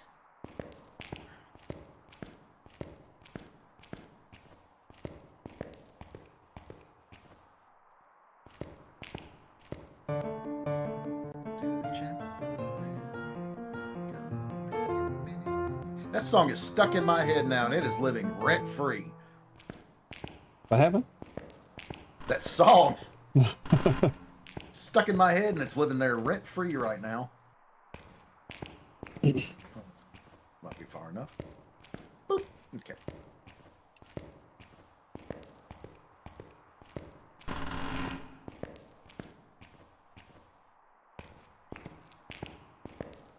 Whoa, whoa. What? It's just kind of a little creepy. What?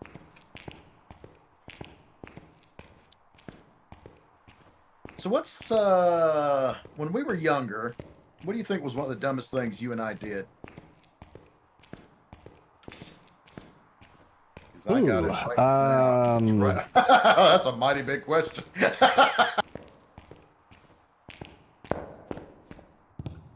All right, well, I don't think this was necessarily the dumbest thing we ever did, but this is something because, and this I'm tying this to all together with my nephew here. The one time we made the mistake of both of us dated the same girl, not at the same time, obviously, but yeah. but I dated her, then you dated her. It was one of the dumbest things you could ever do.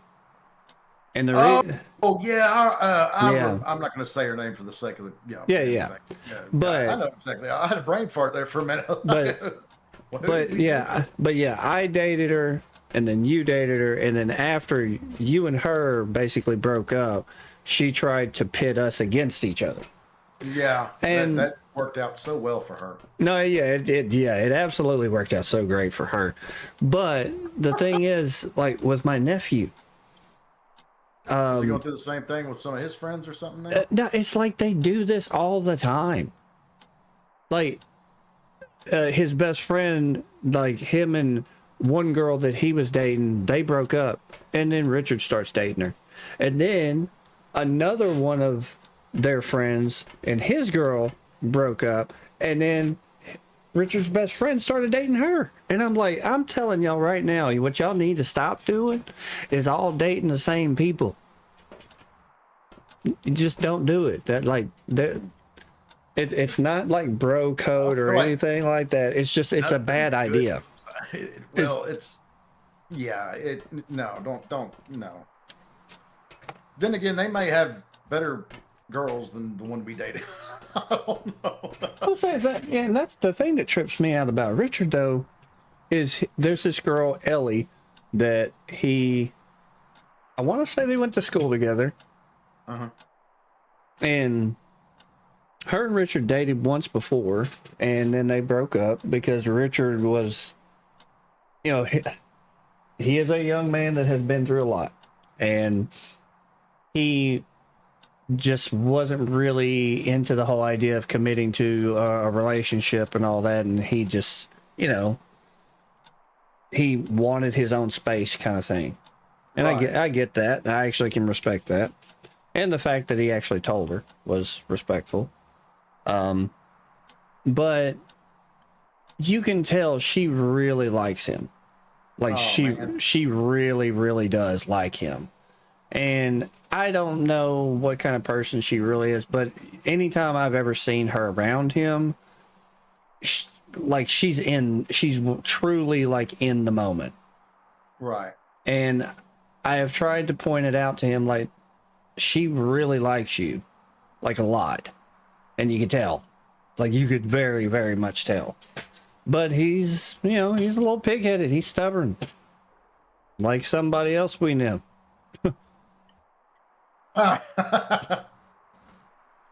Not like... If Jeff had a kid that was his spitting image, it's definitely Richard. Definitely Richard. It's Richard for sure. Oh wait, I wanted to grab a flashlight. That's right.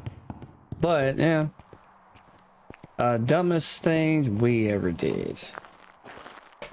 What about when we used to go ghost hunting?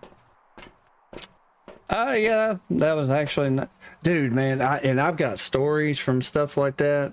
Like we did.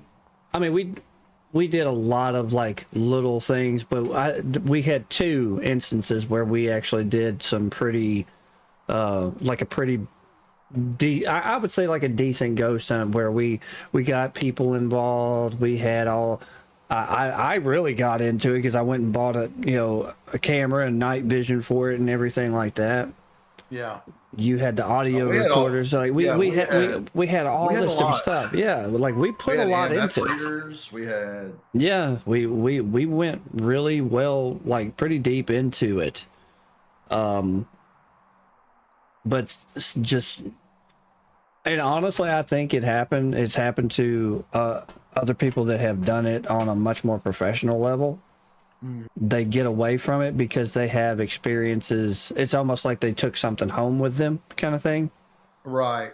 And I didn't necessarily take anything home, but something was definitely, it was after, not the one that we did at your house, but the one that we did at Jack and Dana's. Oh yeah. Well- Yeah. That one was. Dude, yeah, that one there, that night was pretty intense, but what actually, it was what happened after, because you and like everybody else left, and I was actually staying the night there that night. And I stayed the night there that time, and I never stayed the night there ever again. I would go over there during the day, but I would never ever stay the night there again. And I told Dana why, and she's like, well, that sucks. She's like, because I like you coming over here and hanging out and everything, but I get it. But yeah, I was truly creeped out by what happened afterward. Mm-hmm.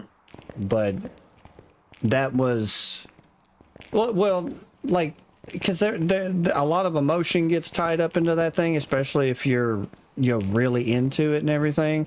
But so you had the incident where you felt like something either touched or grabbed your ear. Yeah. When you were sitting in the corner and you like freaked out and like tried to like crawl across the whole room. Like in like 1 second you're sitting over here in the corner, next thing you're almost like out of the room completely. Yeah, it wasn't fun. It lost its appeal for me to do it. And an extent it did. I was like, I don't know. I don't want to keep doing that.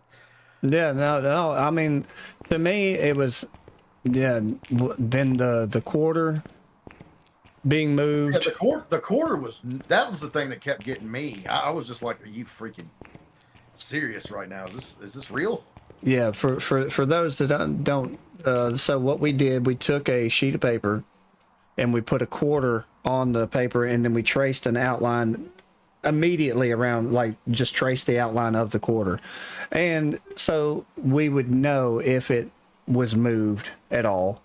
And I got the room right here. I found it. And we did the 34. we did the whole question at the beginning of the night, and multiple times throughout the night too, where we said, if there's anything here, can you move this quarter and all that. And well, the first time it barely moved, and we were like, okay, it still moved. Yeah, I was like, yeah. oh, okay. Yeah, but that was the first time. The first time it barely moved, and we were like, okay, well, I mean, and we were being really speculative about it. We were like, we don't know if maybe, what if one of us bumped the sheet of paper, or like we laid our hand on the counter. Like, we were really trying to debunk it at every step. Yeah. And but then we came back later, and all of us had been in the same room, Yeah. and we all. I'm not gonna lie, dude. I thought Dana was doing it. Yeah, but the thing is we were all in the same room, and Yeah. we went into the kitchen. We saw the quarter was moving. We're like, okay, well, is one of y'all like messing with it or something? And everybody's like, no, we haven't touched it. And then so we set the piece of paper there. We put the quarter exactly. Everybody saw the quarter right there in the middle. We all walked out of the kitchen at the same time, went to the other side of the house. There was nobody else in that house, and we know that for a fact because that was one of the first things we checked.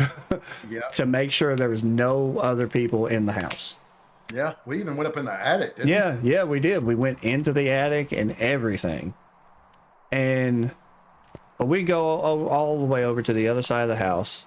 We're all in there, and then we all after, and that was after the Bill's ear being like touched or grabbed or whatever. And then I was fondled. and then we all go back into the kitchen, and then somebody's The cord was on the floor, wasn't it? well, it was completely off the paper. Yeah. And It was crazy. yeah, it was completely off the paper, and so somebody said the quarter moved, and I'm like, you're lying. like you are lying right now. And no, they weren't lying. The quarter had completely moved off the paper Come on, you need to set that book up. Follow me. I need onto that the UV you got, countertop dude. and everything. Dude, I'm not. I'm older now. Plus, you know, I'm Christian now, and no, I'm not playing those games no more. No. Yeah, no, don't mess with the paranormal stuff. Because you might not be messing with paranormal. You might be messing with something else. But for me, it was what happened afterward, and I have not done any sort of ghost hunting anything ever since. Was like I said earlier, I was staying the night there, and Dana and I had kind of sat there and talked about, you know, like that was pretty creepy. Oh, is that an orb? Yep. Got an orb orbs. in here? Yep, we got orbies. Got an EMF 3.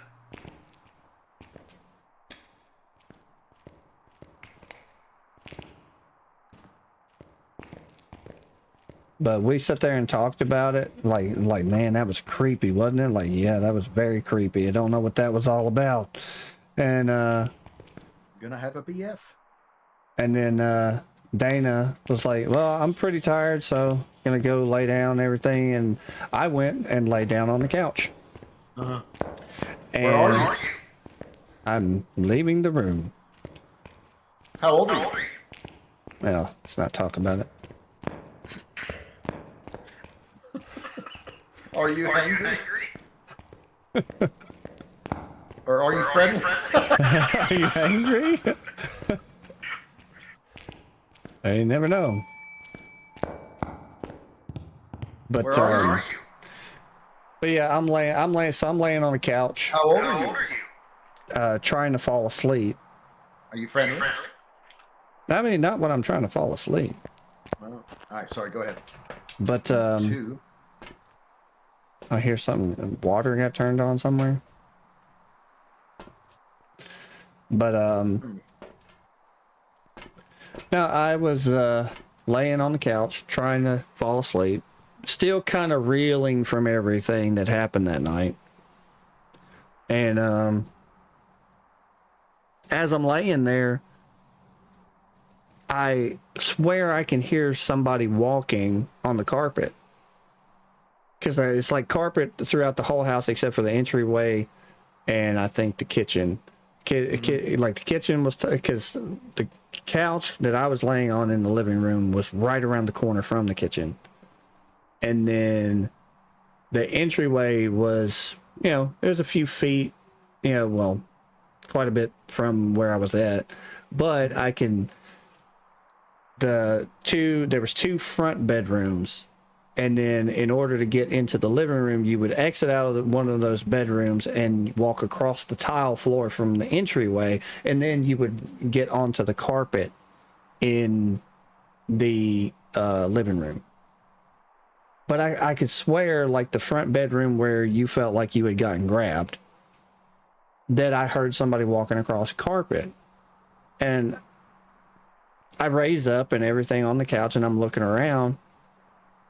And I said, Dana, and I didn't get a response or anything. So I'm like, okay, maybe it's not her. You know, maybe I'm just hearing things. And I lay back down, not even really thinking about it or anything like that. Yeah, I was just, okay, I'm just hearing crap. I'm just going to go to sleep. And then I hear the footsteps again, and I'm like, and I look, I mean, and like instantly I open my eyes and I'm looking, I'm like, okay, I don't see anything, but I definitely heard something that time. Yeah. And at this point, I'm starting to get a little creeped out. So I just sat there for a second and then I ended up laying back down, closing my eyes, and then I hear the footsteps. At this time, it was more deliberate. I heard walking across the carpet, and I could clearly make that out. But then the sound of the footsteps switched from carpet to tile, and then back to carpet. No. And I'm out. like if you're sitting there laying on a couch, you're fully awake, you're completely aware of what's going on around you and everything. You have your eyes closed, but you hear the sound of footsteps on carpet and they're approaching you. That's exactly what I heard. And what it felt like is if you were laying there just trying to fall asleep and you felt like somebody was standing over you, leaning down, looking at you. That's what I felt like was happening. And I told Dana the next morning, I said, she's like, I said, look, Dana, like, I love coming over here and hanging out. Like, because Dana was like a sister to me. Yeah. Absolutely like a sister to me. Loved her to death. And I told her, I said, I love you to death, but I am never staying the night here ever again. And I told her what happened. And she was like, I hate that you're not going to be coming back over anymore, but I completely, like, that is creepy. She's like, thanks for telling me now that, because this is my house. I don't get to just leave. But yeah, I was. Well, I mean, yeah, you do. Yeah, like I'd figure it out pretty quick. But for me, yeah, that was it. I was done with ghost hunting 100% after that, and I have never done anything ever since with it.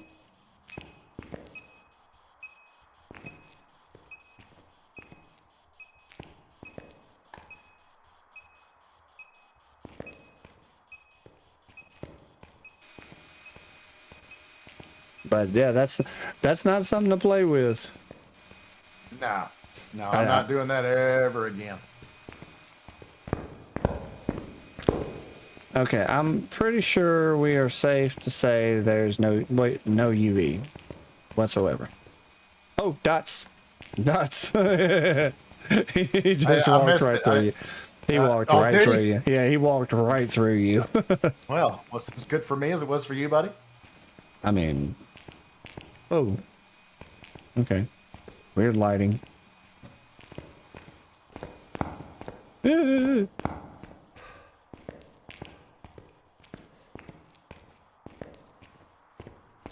But yeah, after that moment, I told her, I'm sorry, there's no way I can ever come back over here. It just can't happen. Nope. And staying the night never happened. I would go over there during the day, and she had the nerve to ask me one time. She's like, "Do you want to stay the night tonight?" I was like, "No." No, I'm good. I am so good.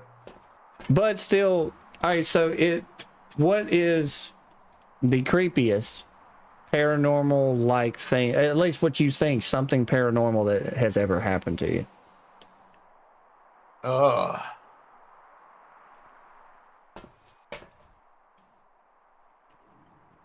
Are we dealing with a Fae? No idea. I mean, because Dots, orbs, what else? Orb still leaves the mimic on the table, though, doesn't it? hold on, let's see.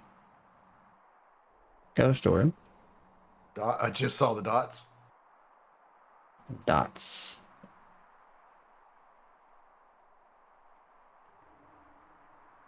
No, dots takes away dots, mimic. yeah, So yeah, so no. I'm cool. The fact that I was like, are we dealing with a Fae? And then the Fae is still on here. Let's see. Overview. Eric Garcia, so Banshee's out.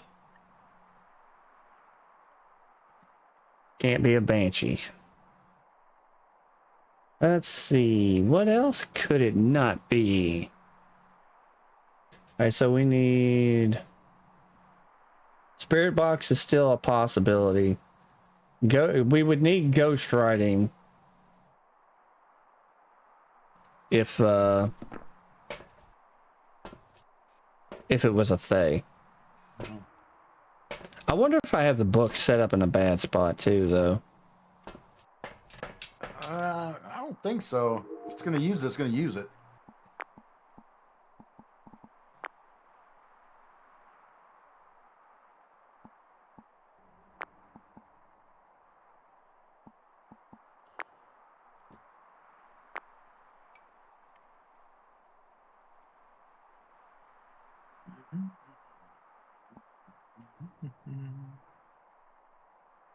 I think for me, the scariest, what I feel paranormal thing that's ever happened to me, that night at Dana's was pretty creepy, but this one actually happened at home when we lived over.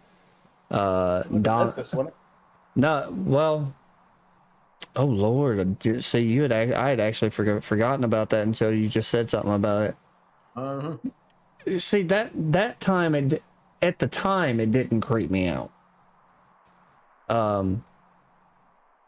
Like it was just one of those things, like it happened and it was really weird, but I don't remember feeling scared. Now, when we lived in Donna's old house, when we lived there, this was after you had already moved out, gone into the Navy and everything. Yep, there's dots again. But you had gone into the Navy, so you were not living there then. Mom and Dad had taken the big bedroom, and I was in the small bedroom for like a little while. And I had taken a shower. I was getting ready to go to bed and everything, and I actually went into the room, shut the door, and as I went to as soon as I came into the room, I felt like something was off, like something just felt off about the room. And I couldn't tell what it was. I was like, I don't see anything. There's nothing, or what, like there's nothing here. Nothing, nothing had happened previously. Not watching. It's not like I was creeped out from watching a movie, because like that doesn't even really happen. But I went to lay down in the bed. I'd already covered my legs up, and I was laying down. I had my right arm under me, kind of supporting my weight, and my left arm was kind of out extended, just laying on the bed. And as I'm going to lay down, I felt somebody, I like almost like you grab a kid, like you listen to me, that kind of thing. You grab a kid to make them pay attention to what you're saying. Yeah. And so something grabbed my arm just like that and pulled it, not really hard, but just enough to get your attention, kind of thing. Yeah. Pulled my arm just a little bit, and it was an older lady's voice saying, "You hear me, boy?" Ooh, no, sir. And like I heard it, I audibly heard it. And I immediately start shaking, like terrified shaking. And I was out. I'm gone. Like no, I'm not staying in here another second. No. But I remember when I first moved in to that house, when I'm finally found, Donna gave me the place to stay in there and everything, and I was there completely by myself for like 3 weeks, I think, before you actually moved in there. But I moved in there, and from the very first night, I always got I was feeling the presence of an older woman, kind of thing. Okay. Yeah, he's just chilling in the corner. But yeah, I always got the feeling that it was an older woman that was there. All right, so we are not dealing with a Thay. So we're looking at a yokai, Yuri, or a Raiju. Because it threw the ghost writing book, so.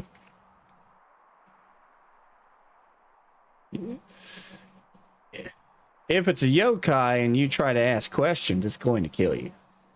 You got that. Have you checked freezing temps in a while? Not a minute. Hang on. Where is that? I think you left it in the truck because there's one sitting here. Yeah, I did. Can you bring it in? Yeah, we should be okay. But so any like, what's the most terrifying paranormal thing that's ever happened to you?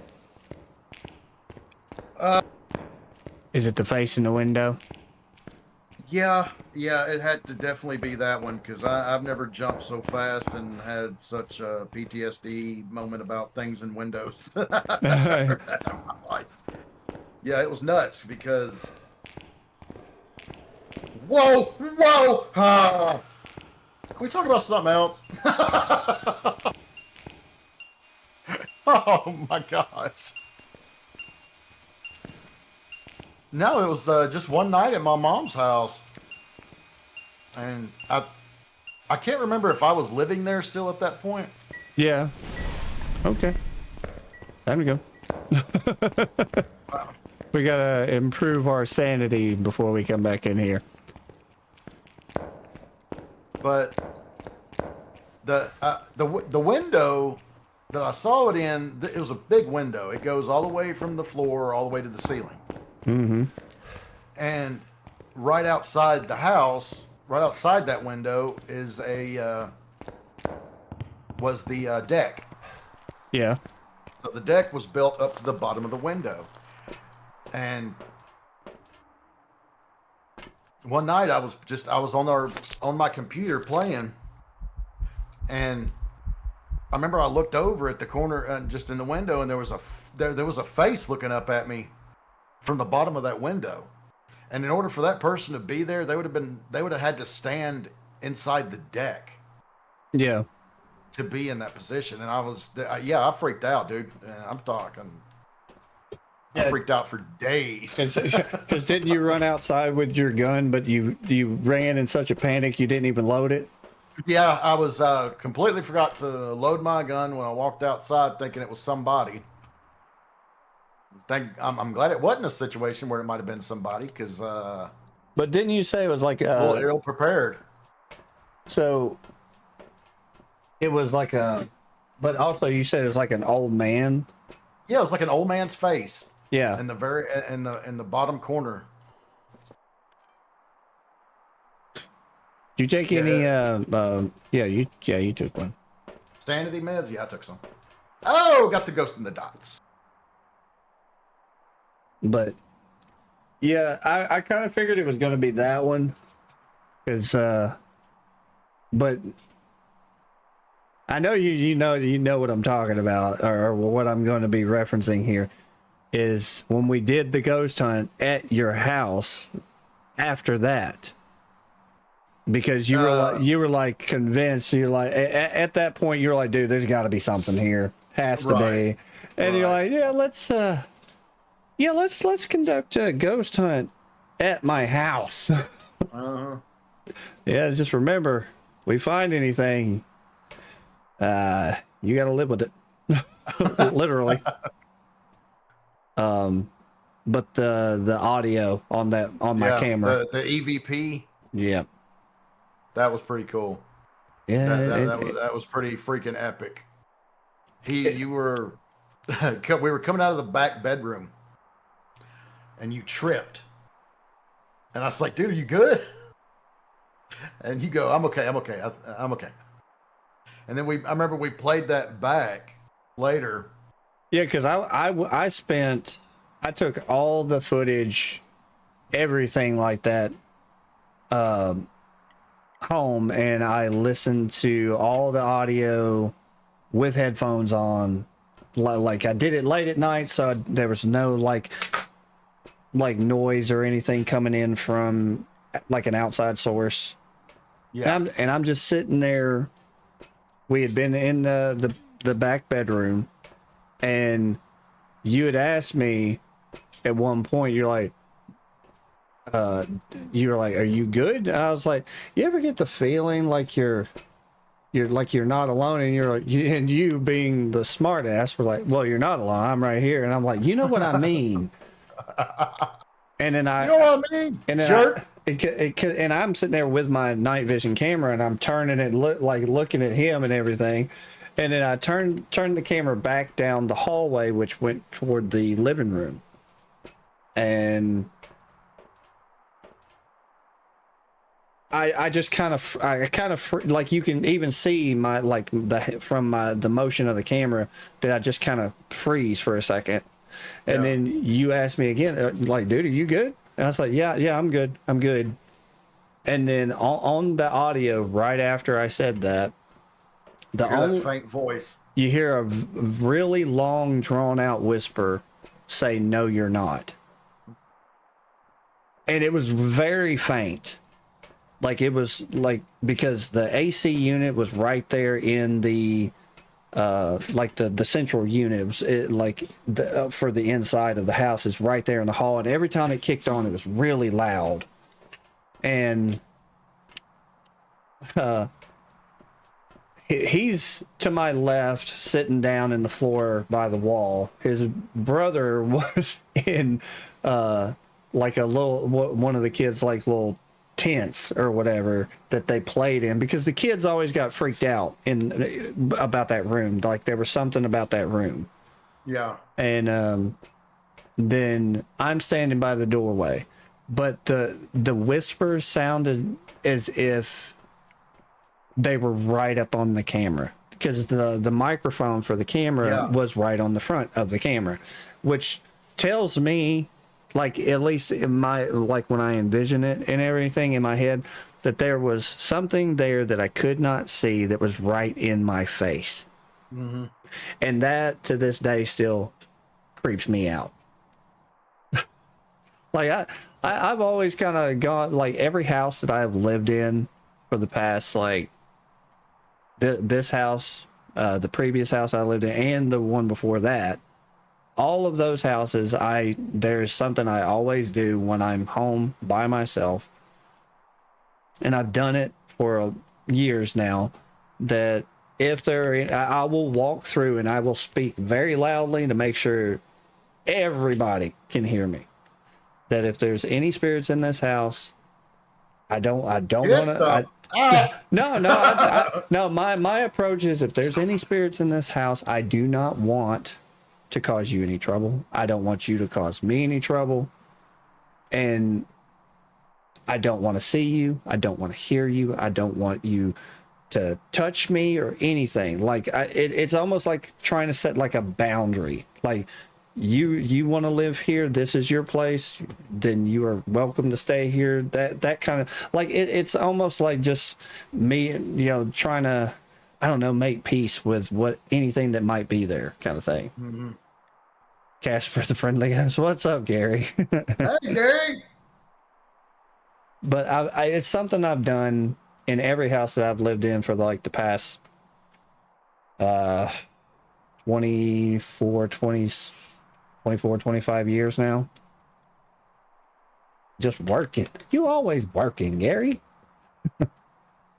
When are they gonna, like, Gary, that you just ask them, be like, man, when are y'all gonna, like, let me retire with all the money I ever need? Gary needs a break. He needs a vacation or a staycation. Oh, here it is right here. Oh, he's taking 3 days off this weekend. There you go. Nice. Good job, dude. Get you some me time. Yeah, everybody needs me time. All right, we got no freezing temps. Yeah, no freezing temps. Yeah, I'm out. Mommy's actually. Oh, God. Mommy's just had a staycation of 8 days. She loved every second of that. How old are you? Are you? All right. That's it. Spirit box. Yeah, she absolutely loved it. 8 full days off work. Dude, you're lucky you're not dead. That's a yokai. Yeah. That's a yokai. You are so lucky. But yeah, we're just chilling here, playing some Phasmo, doing some podcasty like stuff. I gotta say, man, I enjoy it. I enjoy like doing this, even though it's just once a week. I do enjoy it. Doing the fan expo at the end of the month. Nice. I'm out. You got it marked? I do. All right, let's go to the next one. I'm gonna throw up. But yeah, I haven't been streaming much on my regular channel because this week's been kind of hectic. Doctor's appointment, speaking with a psychiatrist, got on some medication. Everything's good. Just finally addressing my anxiety. But so far, it's actually a little better part of a 4 decades. I was fixing to say, dude, you're gonna have to add some decades, man. I've been dealing with anxiety for as long as I can remember, and I can remember a lot. But yeah, I'm finally doing something trying to address my anxiety. I'm hoping to kind of even out with the medication by this next week and get back to streaming on a regular basis on my regular channel, and then also doing the While We Game podcast on Thursdays. So, Yep. hoping to do that. But so far, like, the medication is yesterday was my first time taking like the actual, like, what's going to be my regular medication. Yeah. And honestly, dude, I felt groggy, then I got really clear-headed, and then I got a boost of energy. I felt like $1,000,000 yesterday at one point. Like, I'm not even gonna lie, I felt great. And it's probably the best I felt, like, with clarity and just even. I just felt really evened out is what I felt like. And it's like the best I have felt in a long time. And it's not that I haven't been happy or anything like that, because I got mommies, I got my boys, I've got my Twitch community, I've got my friends and stuff and everything. And no, I mean, my life's good. I can't complain. But with the medication just starting it just yesterday, and I know it's probably going to change over time on how everything goes, but so far, I am not upset. I am very happy I went to the doctor. I could have gotten help for this so long ago, and I absolutely should have.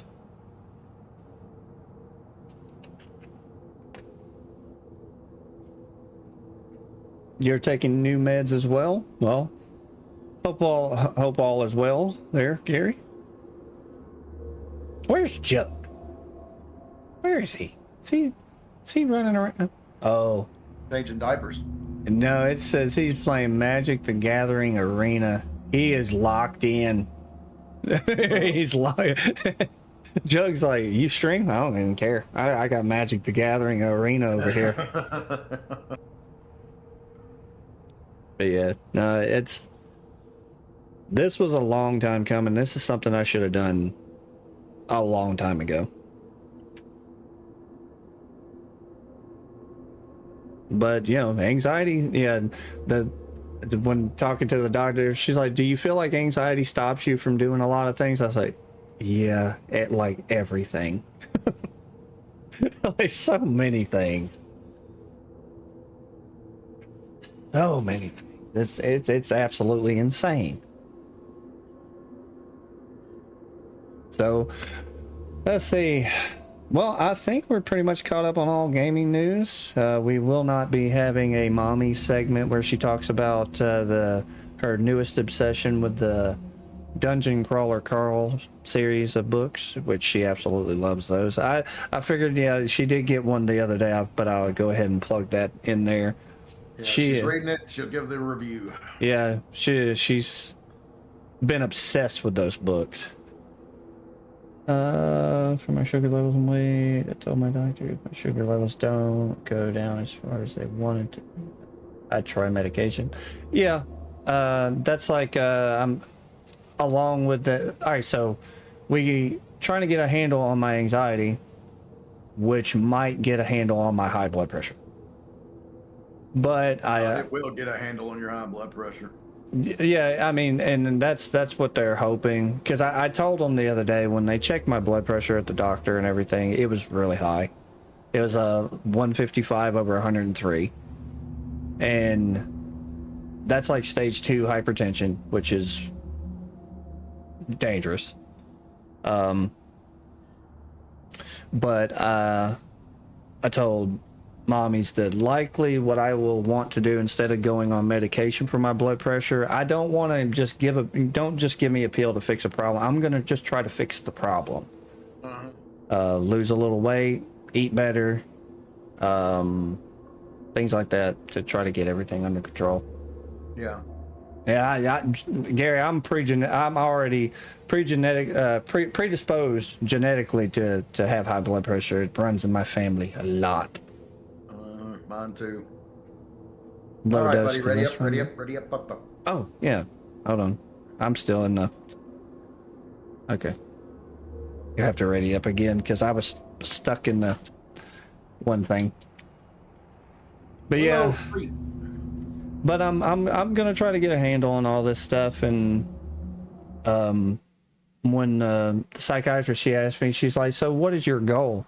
And I told her, I said, honestly, I just want to feel like I'm on track. That I want. Good answer. I want to be more functional.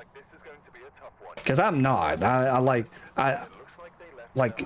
not functional at all. Outside, like I got my stuff together pretty well in regards to streaming and stuff like that. But there's so many other things like leaving the house, doing most like things that people do on a daily basis without even thinking about it. I think about it.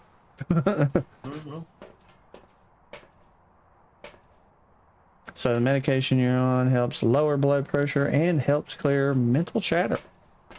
So what they basically put me on Zoloft, and it's supposed to help balance the like serotonin levels in my brain, but also that's supposed to have an indirect effect like on my blood pressure, because if they can control the anxiety, then my blood pressure should naturally be lower.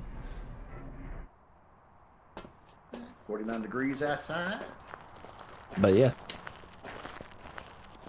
But so far, yeah. Oh, let me grab some gear. That'd be pretty helpful. 68. But so far, today's it's only the second day, and the medication does need to take time to build up in my system. I still feel pretty good. I'm kind of in the drowsy stage today, right now. But also, it's not as bad as it was yesterday. The drowsiness part isn't. And then about 2-3 or so hours after taking the medication, I should get a nice little energy boost. Who needs energy drinks when there's Zoloft? Coffee. Yeah. I mean, yeah, you're kind of obsessed with that coffee. Coffee. Yeah. Yeah, we were doing the one of the Alan Wake deals yesterday, and we went to Coffee World, and there was no coffee in Coffee World. Yeah, right? Bull crap. So I checked your blood pressure the other day, and it was the lowest it's been in forever. It was actually on the lower normal, almost too low. Yeah.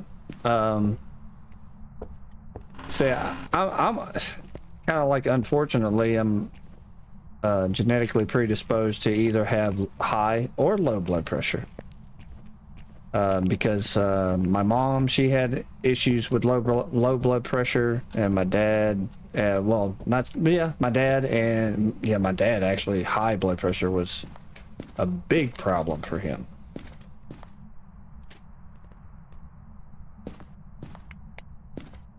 You be on the door upstairs, man, in the bedroom up here. Which bedroom? The one in the back on the right. All right, lights are on. Yeah, turn the light on in this bedroom. But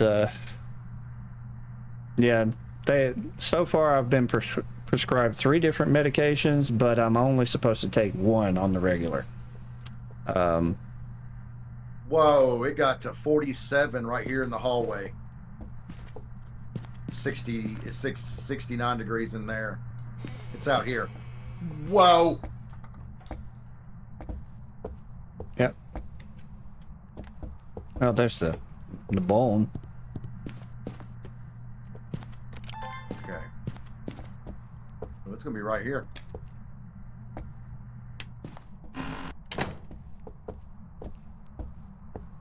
Oh yeah, I'm trying to get all this stuff sorted out and everything, but I'm not upset that I went to the doctor. It was a tough thing to get through, but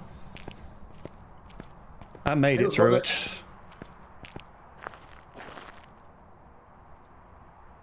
Oh, forgot to put the book down. It was worth it.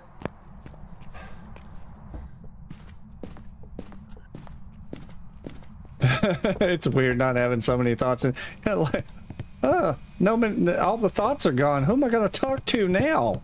No, but it's good that the medication's working for you, Gary. Like I know it's going to take some time for it to build my system, but once it does, I'm hoping that it's going to really help even me out. Right.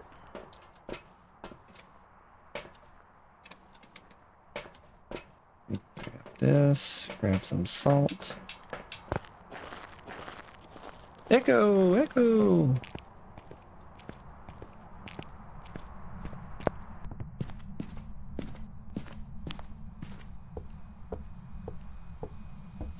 Oh, we have some ghost writing.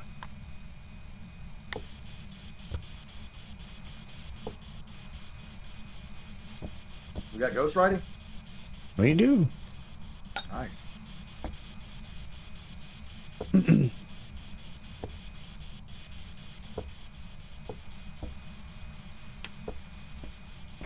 Are you there? Hello. Is the light on? No. Hello. Hello. You want to? Oh, you walk in salt, huh? UV. Ghost writing. And can we hit the trifecta here? Can we? Nope. Not freezing temps.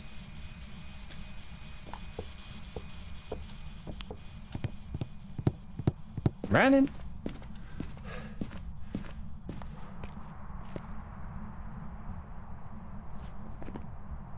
Evidence. Ultraviolet. Ghost writing.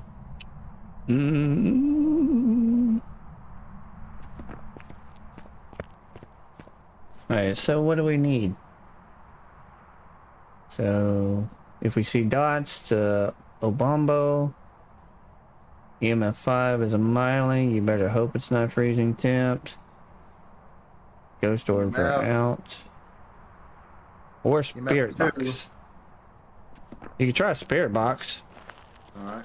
Look at us getting our health in order. Yeah.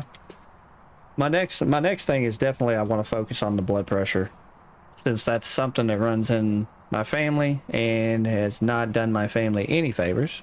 Let's try to work on that one.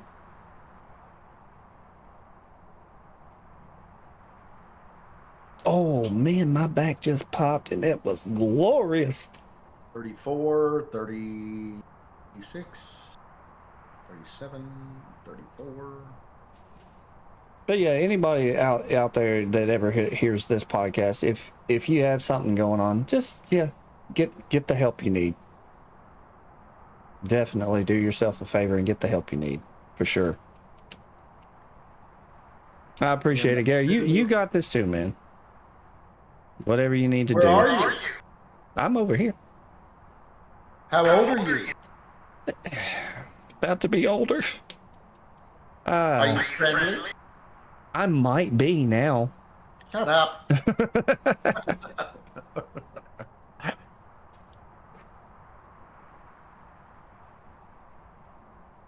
How old are you? Where are you? Less Are than a you month. friendly?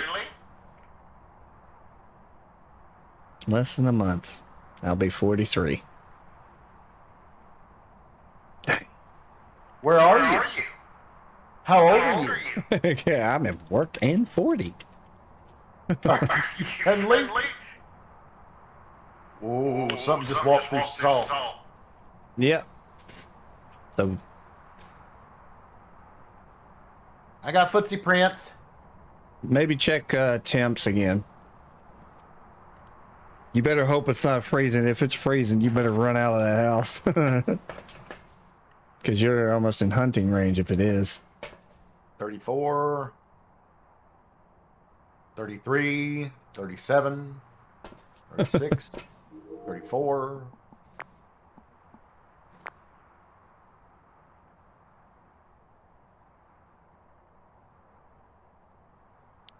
$69, 34.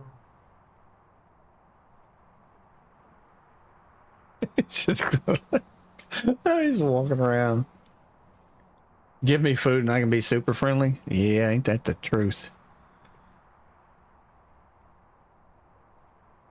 I could eat right now. 30. And he goes, 31. Snap. 34, 36. Man, I've actually really missed playing this. I really don't see any. What's my sanity at? Oh, well, if you must know, it's at 52, 56, 54. I figured it'd be a lot less than that. The average is at 74 right now.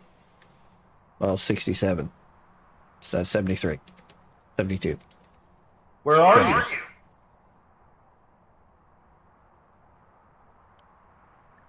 How old are you?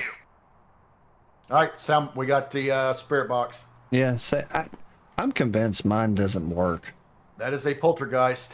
It's a poultrygeist. What's a poultrygeist? Which is Yeah. really weird because it really hadn't thrown anything. I know you don't really have to take this, but why not just take it anyway? What? Yeah, it's on the ground at your foot. Ah, Yeah, shoot it. Dragas.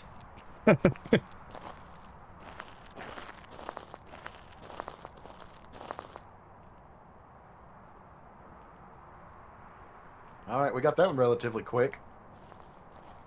So it suppresses your appetite, which is weird, but nice to know it's working. And you can save money by eating less. Man, especially with these grocery prices.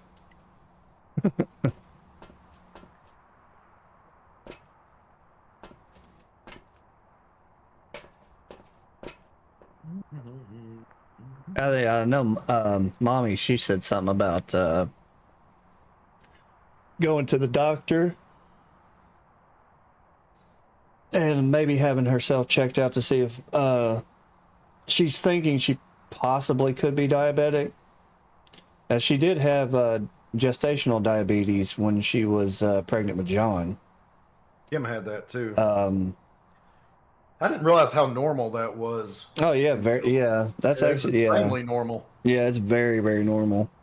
Gestational diabetes happens very often. If I'm not mistaken, I think Kim had it with all three of the kids.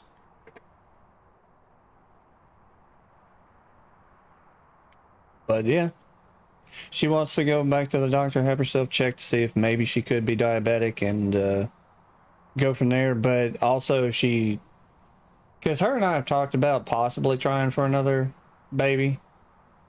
Because we still would like to have the girl. We or you? Huh? Y'all, you and her, or just you? Because I know you want a girl. Yeah, well, I mean, no, like, you know, she talked to me that one day. She said, if you want to, she could go back to the doctor and get on medication. And I stopped her like real quick. I was like, no, this is your body. This is you putting up all the risk on that front. And you know how we had the complications with John's delivery and everything. I was in the room and I was scared to death, but I still had a smile on my face. But you were the one experiencing it, like within your own self, like you felt everything, and that is not my call. Like I told her very quickly, this is not my choice. This is your body, your risk, and everything. And if you do not feel comfortable enough trying to have another baby, then we are not having another baby. So I told her, if you go to the doctor, see if there is another medication that they could put you on that would help your blood sugar or insulin, or you know, whatever it is that it has to do, but a medication that will help you but does not make you more fertile, because the metformin, however you say it, that she was on, it also helps with fertility, and she has PCOS. So because of the PCOS, she almost has to have the medication to even get pregnant. But if she starts taking metformin again, she will be pregnant like next week. Like it works very quickly. Because when that's kind of like why we say Brandon's almost a miracle baby, because she was not on any medication when she became pregnant with him, and we also got pregnant like really quickly. But then it took us 5 years to have John. Gary, practice. Practice is always fun.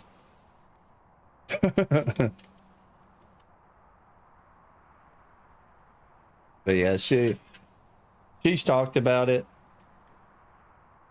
and it's kind of like how we were talking about it before.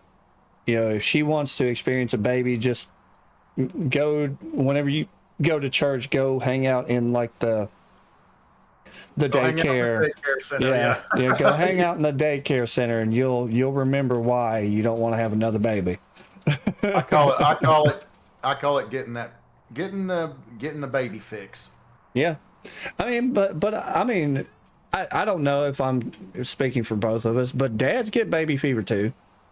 You see a video of a cute little baby, and you're like, and you think back to, when your kids were that age and everything, and experiencing that. And me, I think back to when my boys were even younger, when they were like 1-2 years old, and I see them in pictures and stuff, and then I see them now, and I see how much they've grown up, and you don't even really realize how much they've grown up, because I mean, you see it at such a slow pace, but when you see it through pictures, it's pretty intense. And I honestly think between me and mommy's, I get baby fever more than she does. But if she holds a baby, all bets are off. Because that's what she did just the other day, holding her cousin's little girl, who's on. She texts me, like, no joke. She said, and the little girl, her name is Ember, and she texts me, and she's like, I held Ember. I want another baby. I want another baby. Gotta beat Alpha off with a stick. Mm-hmm. But yes, but that's how it's like. If we had another baby and then we happened to come visit for y'all to meet the new baby, Kim would hold the baby and be like, I want another baby. Oh, God. And then Grace will come down, same thing. I'm like, you calm down, ma'am.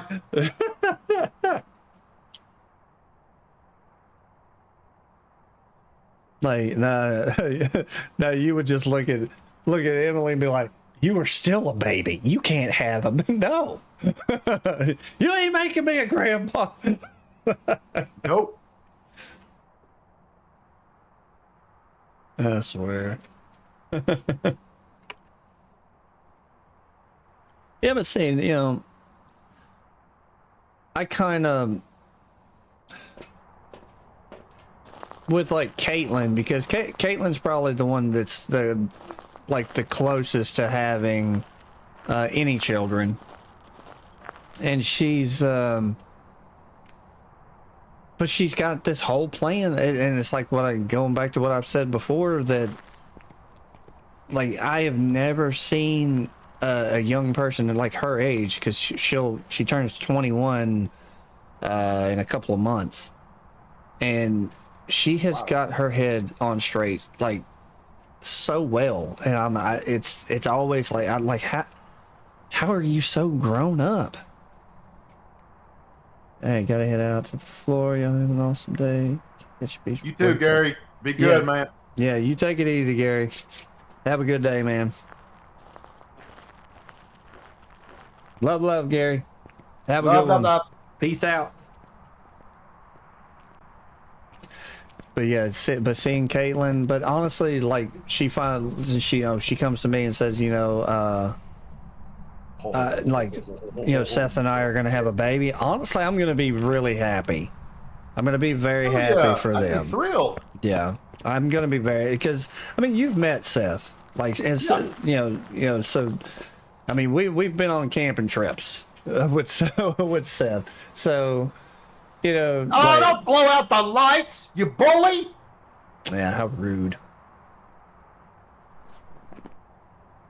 But getting to know Seth and everything like that, and he's a good kid.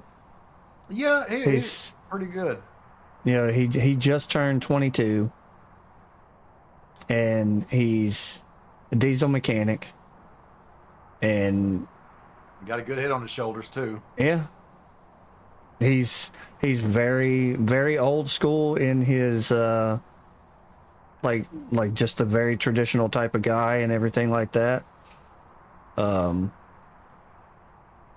him and Caitlin, they have, every time I've ever seen them together, they seem like they're just as happy as they can be. Yeah. He makes her happy. Yeah, that's all I hope for, is that when they said I do, that they never have to say, that to anybody else ever again, that this is their.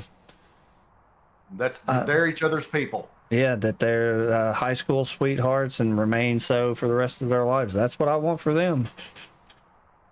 If my nephew would ever like get his butt off his shoulders, and then he would probably have that too.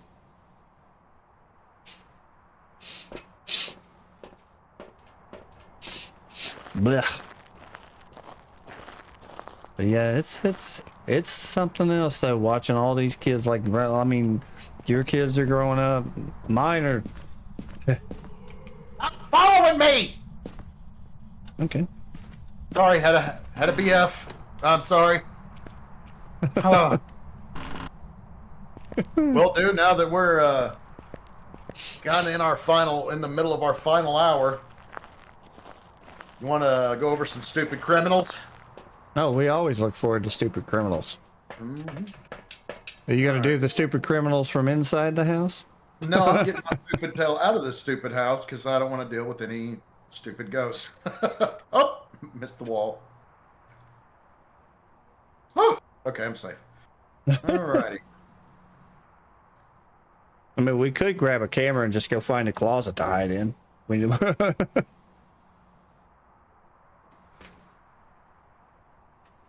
me see here.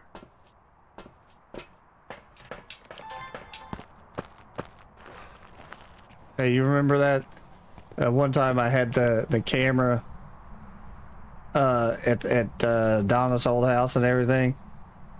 You were sitting on the front porch, and I had my camera, and I zoomed in, and I actually framed it like I was filming a damn documentary. And I asked you one question, so what do you think about this person? And then you just went on a tangent for like.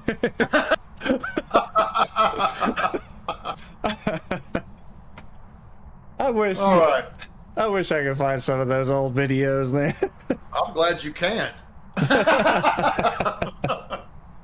Man, if I could, it would be great.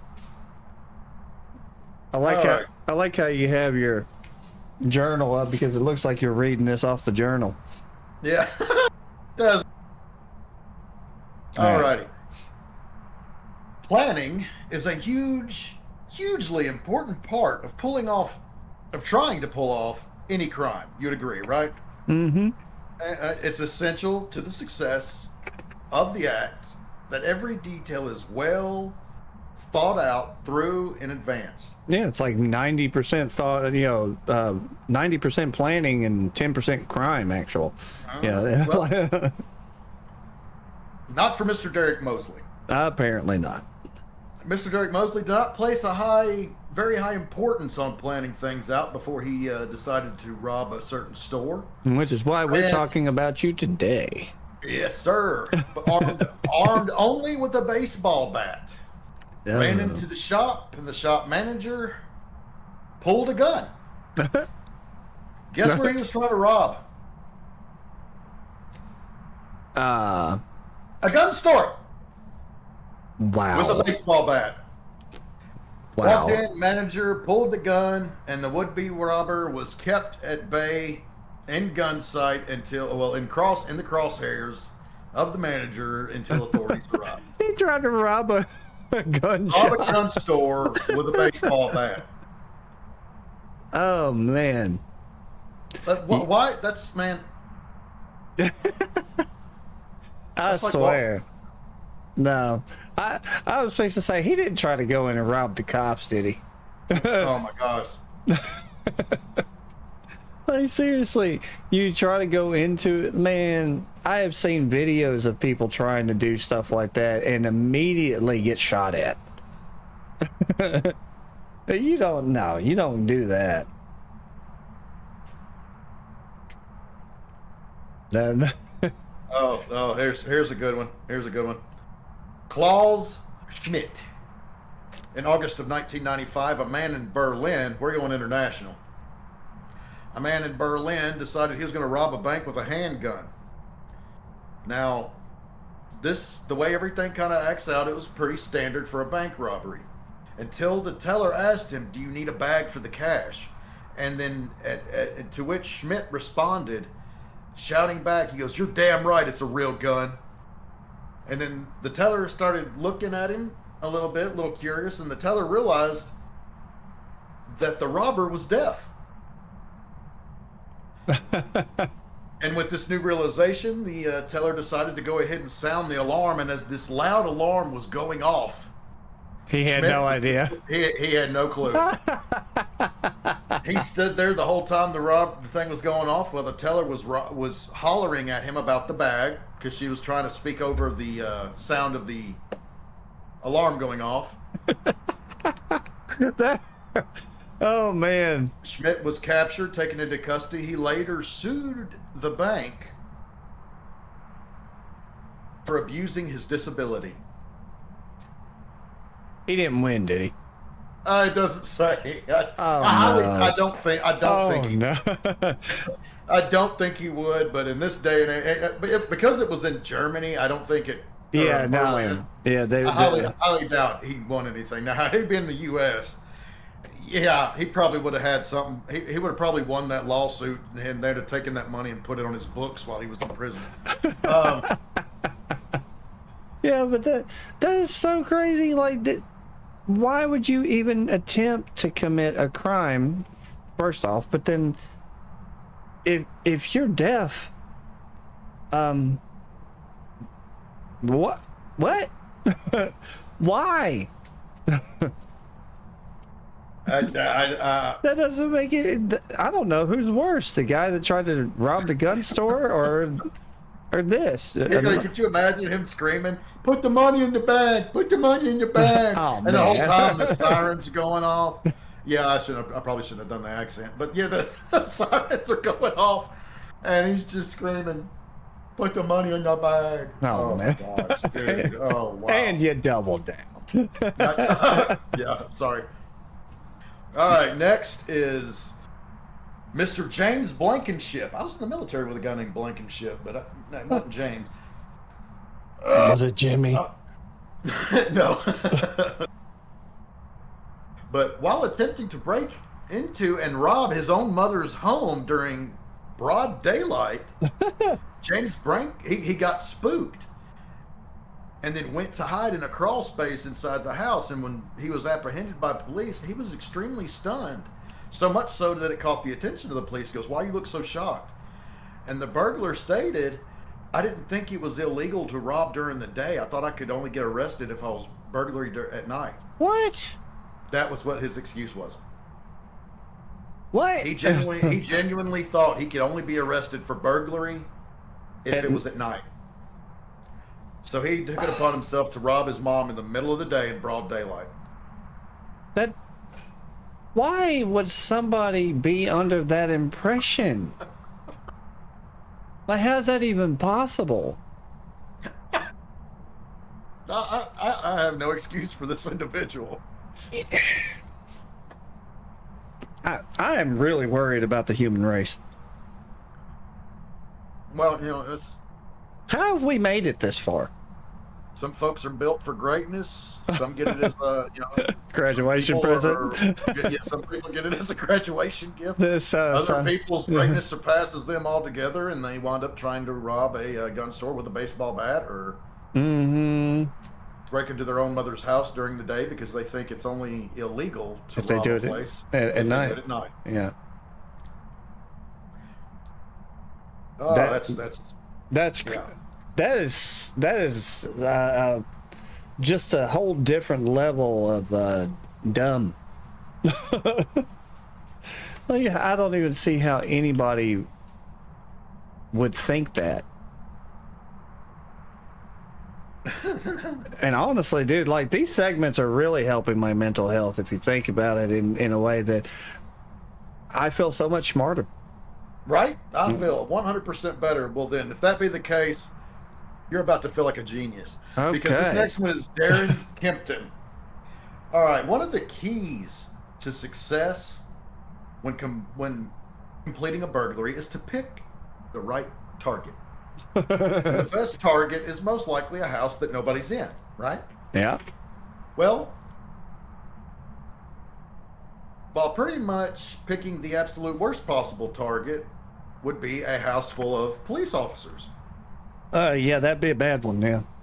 Well, the latter is exactly what Darren Kempton decided to choose.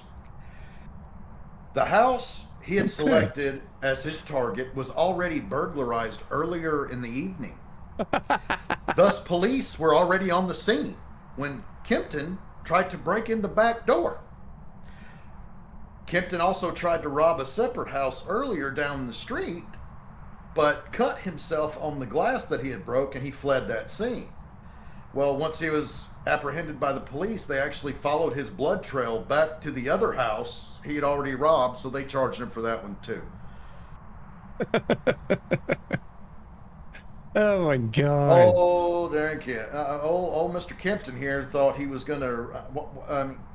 did you not look out the front? I mean, look at the front door. He had to have just jumped fences. But and said, still, okay, you this house looks good. but you would still think, you know, if there's still a like, did you say there was police presence still there? Yeah, they were still there, still investigating a robbery that had already taken place earlier at that exact same location. So Wow. obviously this house looks like a target, apparently. Because I'm assuming the person who broke into it during the night before he got there came in through the front, because when he came in through the back, Yeah. I mean, I couldn't imagine, I'm going to get in here through the back, and he walks in, opens the door, and there's just cops standing everywhere. Yeah, they're just standing there looking at him like, "Are you kidding me?" I mean, he's crouched down, dressed in full black with a mask on. He's just looking up at cops. Yeah. I'm like, bro, look, can you not look through a window before you start? Do your ears not work at all? Oh, some people's kids. Like, you, All right. you have to have to be that bad at being a burglar. You have to have the worst situational awareness I have ever heard of. Yeah. Like, it's terrible. Terrible. All right. Well, let's talk about old Ruben Zarant. Okay. Mr. Ruben, in 2008, he was the age of 18 at the time. and he attempted to rob a muffler shop in Chicago. After demanding the money, he was told by the cashier that all the money was stored in a safe in the back and could only be opened by the manager, who was not scheduled to come in, but who was only scheduled to come in a few hours from then. So the kid's looking around, and out of frustration, he sits there. He goes like, "All right, I'm going to try to save myself some trouble." So Zadarat decided he would leave his cell phone number at the store and told the clerk to call him back once the manager arrived. Oh my god. So, of course, the store the store clerk decided he'd go ahead and call the police, and then called Zadarat back, and he said, "Okay, the manager's back." So when Zadarat came back to the store, he noticed police were waiting on him, and then engaged in a brief shootout with police, but eventually ended up being arrested.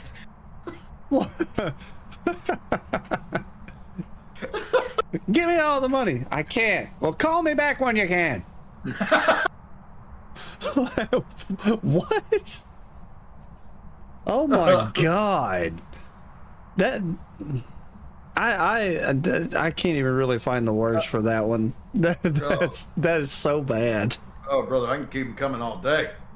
That one's one of my. I'm saving my favorite one for last, though. I always do. Okie dokie. But let's look at this one. This one I hadn't actually read through this one. Albert Bailey. In 2010, Bailey and an unnamed juvenile accomplice decided to rob a bank in Fairfield, Connecticut. But in an attempt to speed up the process of the crime, Bailey called the bank in advance to let them know that they were on their way to rob it. His obvious intent is to give the bank plenty of time to get the money ready so they could just run in real quick, grab it, and leave. But of course, the bank decided, all right, we'll just call the authorities. And the bankers themselves stated they thought it was a prank call, but they went ahead and called the cops. They weren't expecting somebody to show up. But the cops stayed inside the bank. The guys walked in and were immediately arrested without incident. Oh my god. Why? I mean that's pretty. I mean, it was nice of them. I mean, the cops could go ahead and get their paperwork started, and you call ahead to let people know you're going to commit a felony. So I mean, yeah, that was really nice of them. Oh yeah, it was nice of them. Let them know ahead of time so they could be prepared for all the crazy that was about to tiptoe into that freaking bank. Yeah, honestly, anybody out there, I mean, if you're a criminal, like, you should really learn by this example and always call ahead and let them know what you're gonna do, and it just makes police work that much easier. It really does. Oh my gosh. All right, a Florida woman by the name of... Florida, here we go. Yeah, Florida. A Florida woman by the name of Jessica Marino was arrested in May of 2026, so this was recent. Any relation to Dan? That's what I was kind of thinking. It might be his daughter or granddaughter. I don't know. I've read two different versions of this. One version said the woman was 95 years old, but I think they got it mixed up because she was actually arrested on the I-95. Yeah. And another one showed me a mug shot. She looks to be about 20, mid to late 20s. But anyway, yeah, the bizarre incident, often shared on platforms of Facebook and Reddit already, I guess. Yeah. It was described as a fuel-free vehicle she was in. Mm-hmm. All right, let's talk about the incident. The woman attempted to navigate the interstate while riding in a shopping cart propelled by a makeshift shower curtain as a sail. She was actually able to dart in and out of traffic with the strong breeze going on the interstate What the hell? in the early morning hours on the I-95. She was arrested. She was also arrested in a separate incident. She was arrested when she took a motorized cart, and she was driving through a Target. This is the second time they were going through Target. She was driving through Target while on some type of drugs and drinking a big bottle of wine. Good Lord. She's not a bad-looking lady, man. She's just crazy. She's just crazy. Oh my But God. yeah.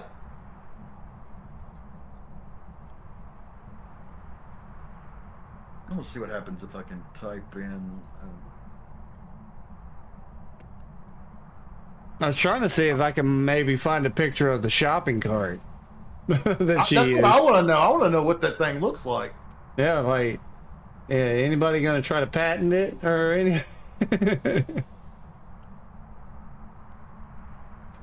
See if I can find more details on the arrest here.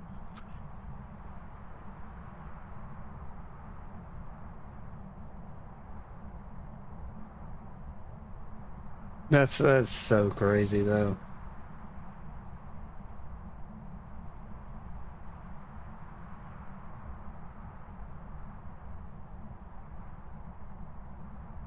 Drivers on the I-95 all began to slow down significantly as they observed Marino's cart wobbling dangerously across the highway shoulder while her shower curtain sail was flapping violently in the wind.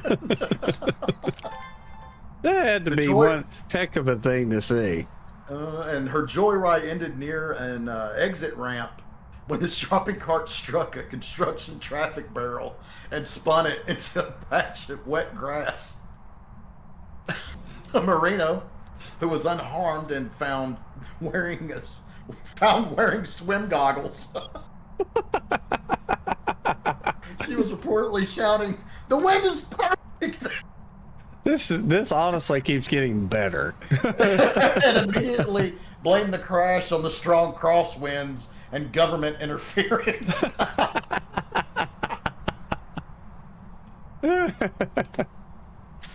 She was carrying a backpack was attached to the shopping cart. Responding Florida Highway Patrol troopers discovered a stash of snacks, sunscreen, zip ties, a handwritten note stating navigation notes charting a course to Daytona Beach. Oh my God. When a trooper pointed out that the shopping cart is not a real vehicle, Marino reportedly shot back. Not with that attitude. And she remained cooperative during the entire process, but maintained her invention would have worked had the roads been flatter. Honestly, this is a level of criminal that we really need. Oh my gosh. Yeah.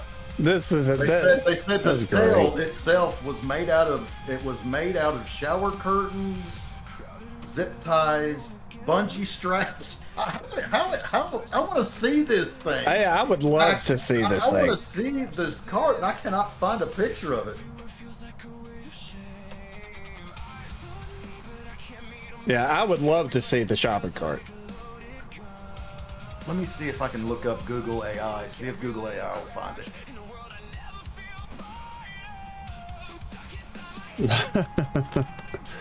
But yeah, that's honestly that's like comedic gold right there for. Oh my gosh, dude.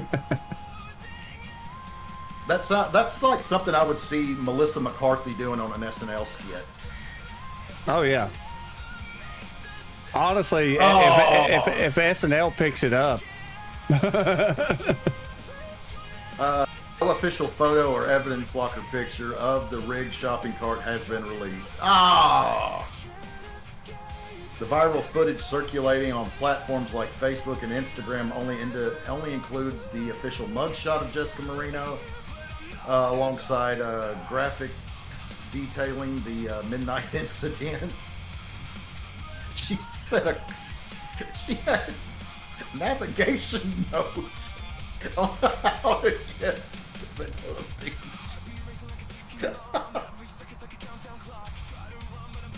Oh my gosh.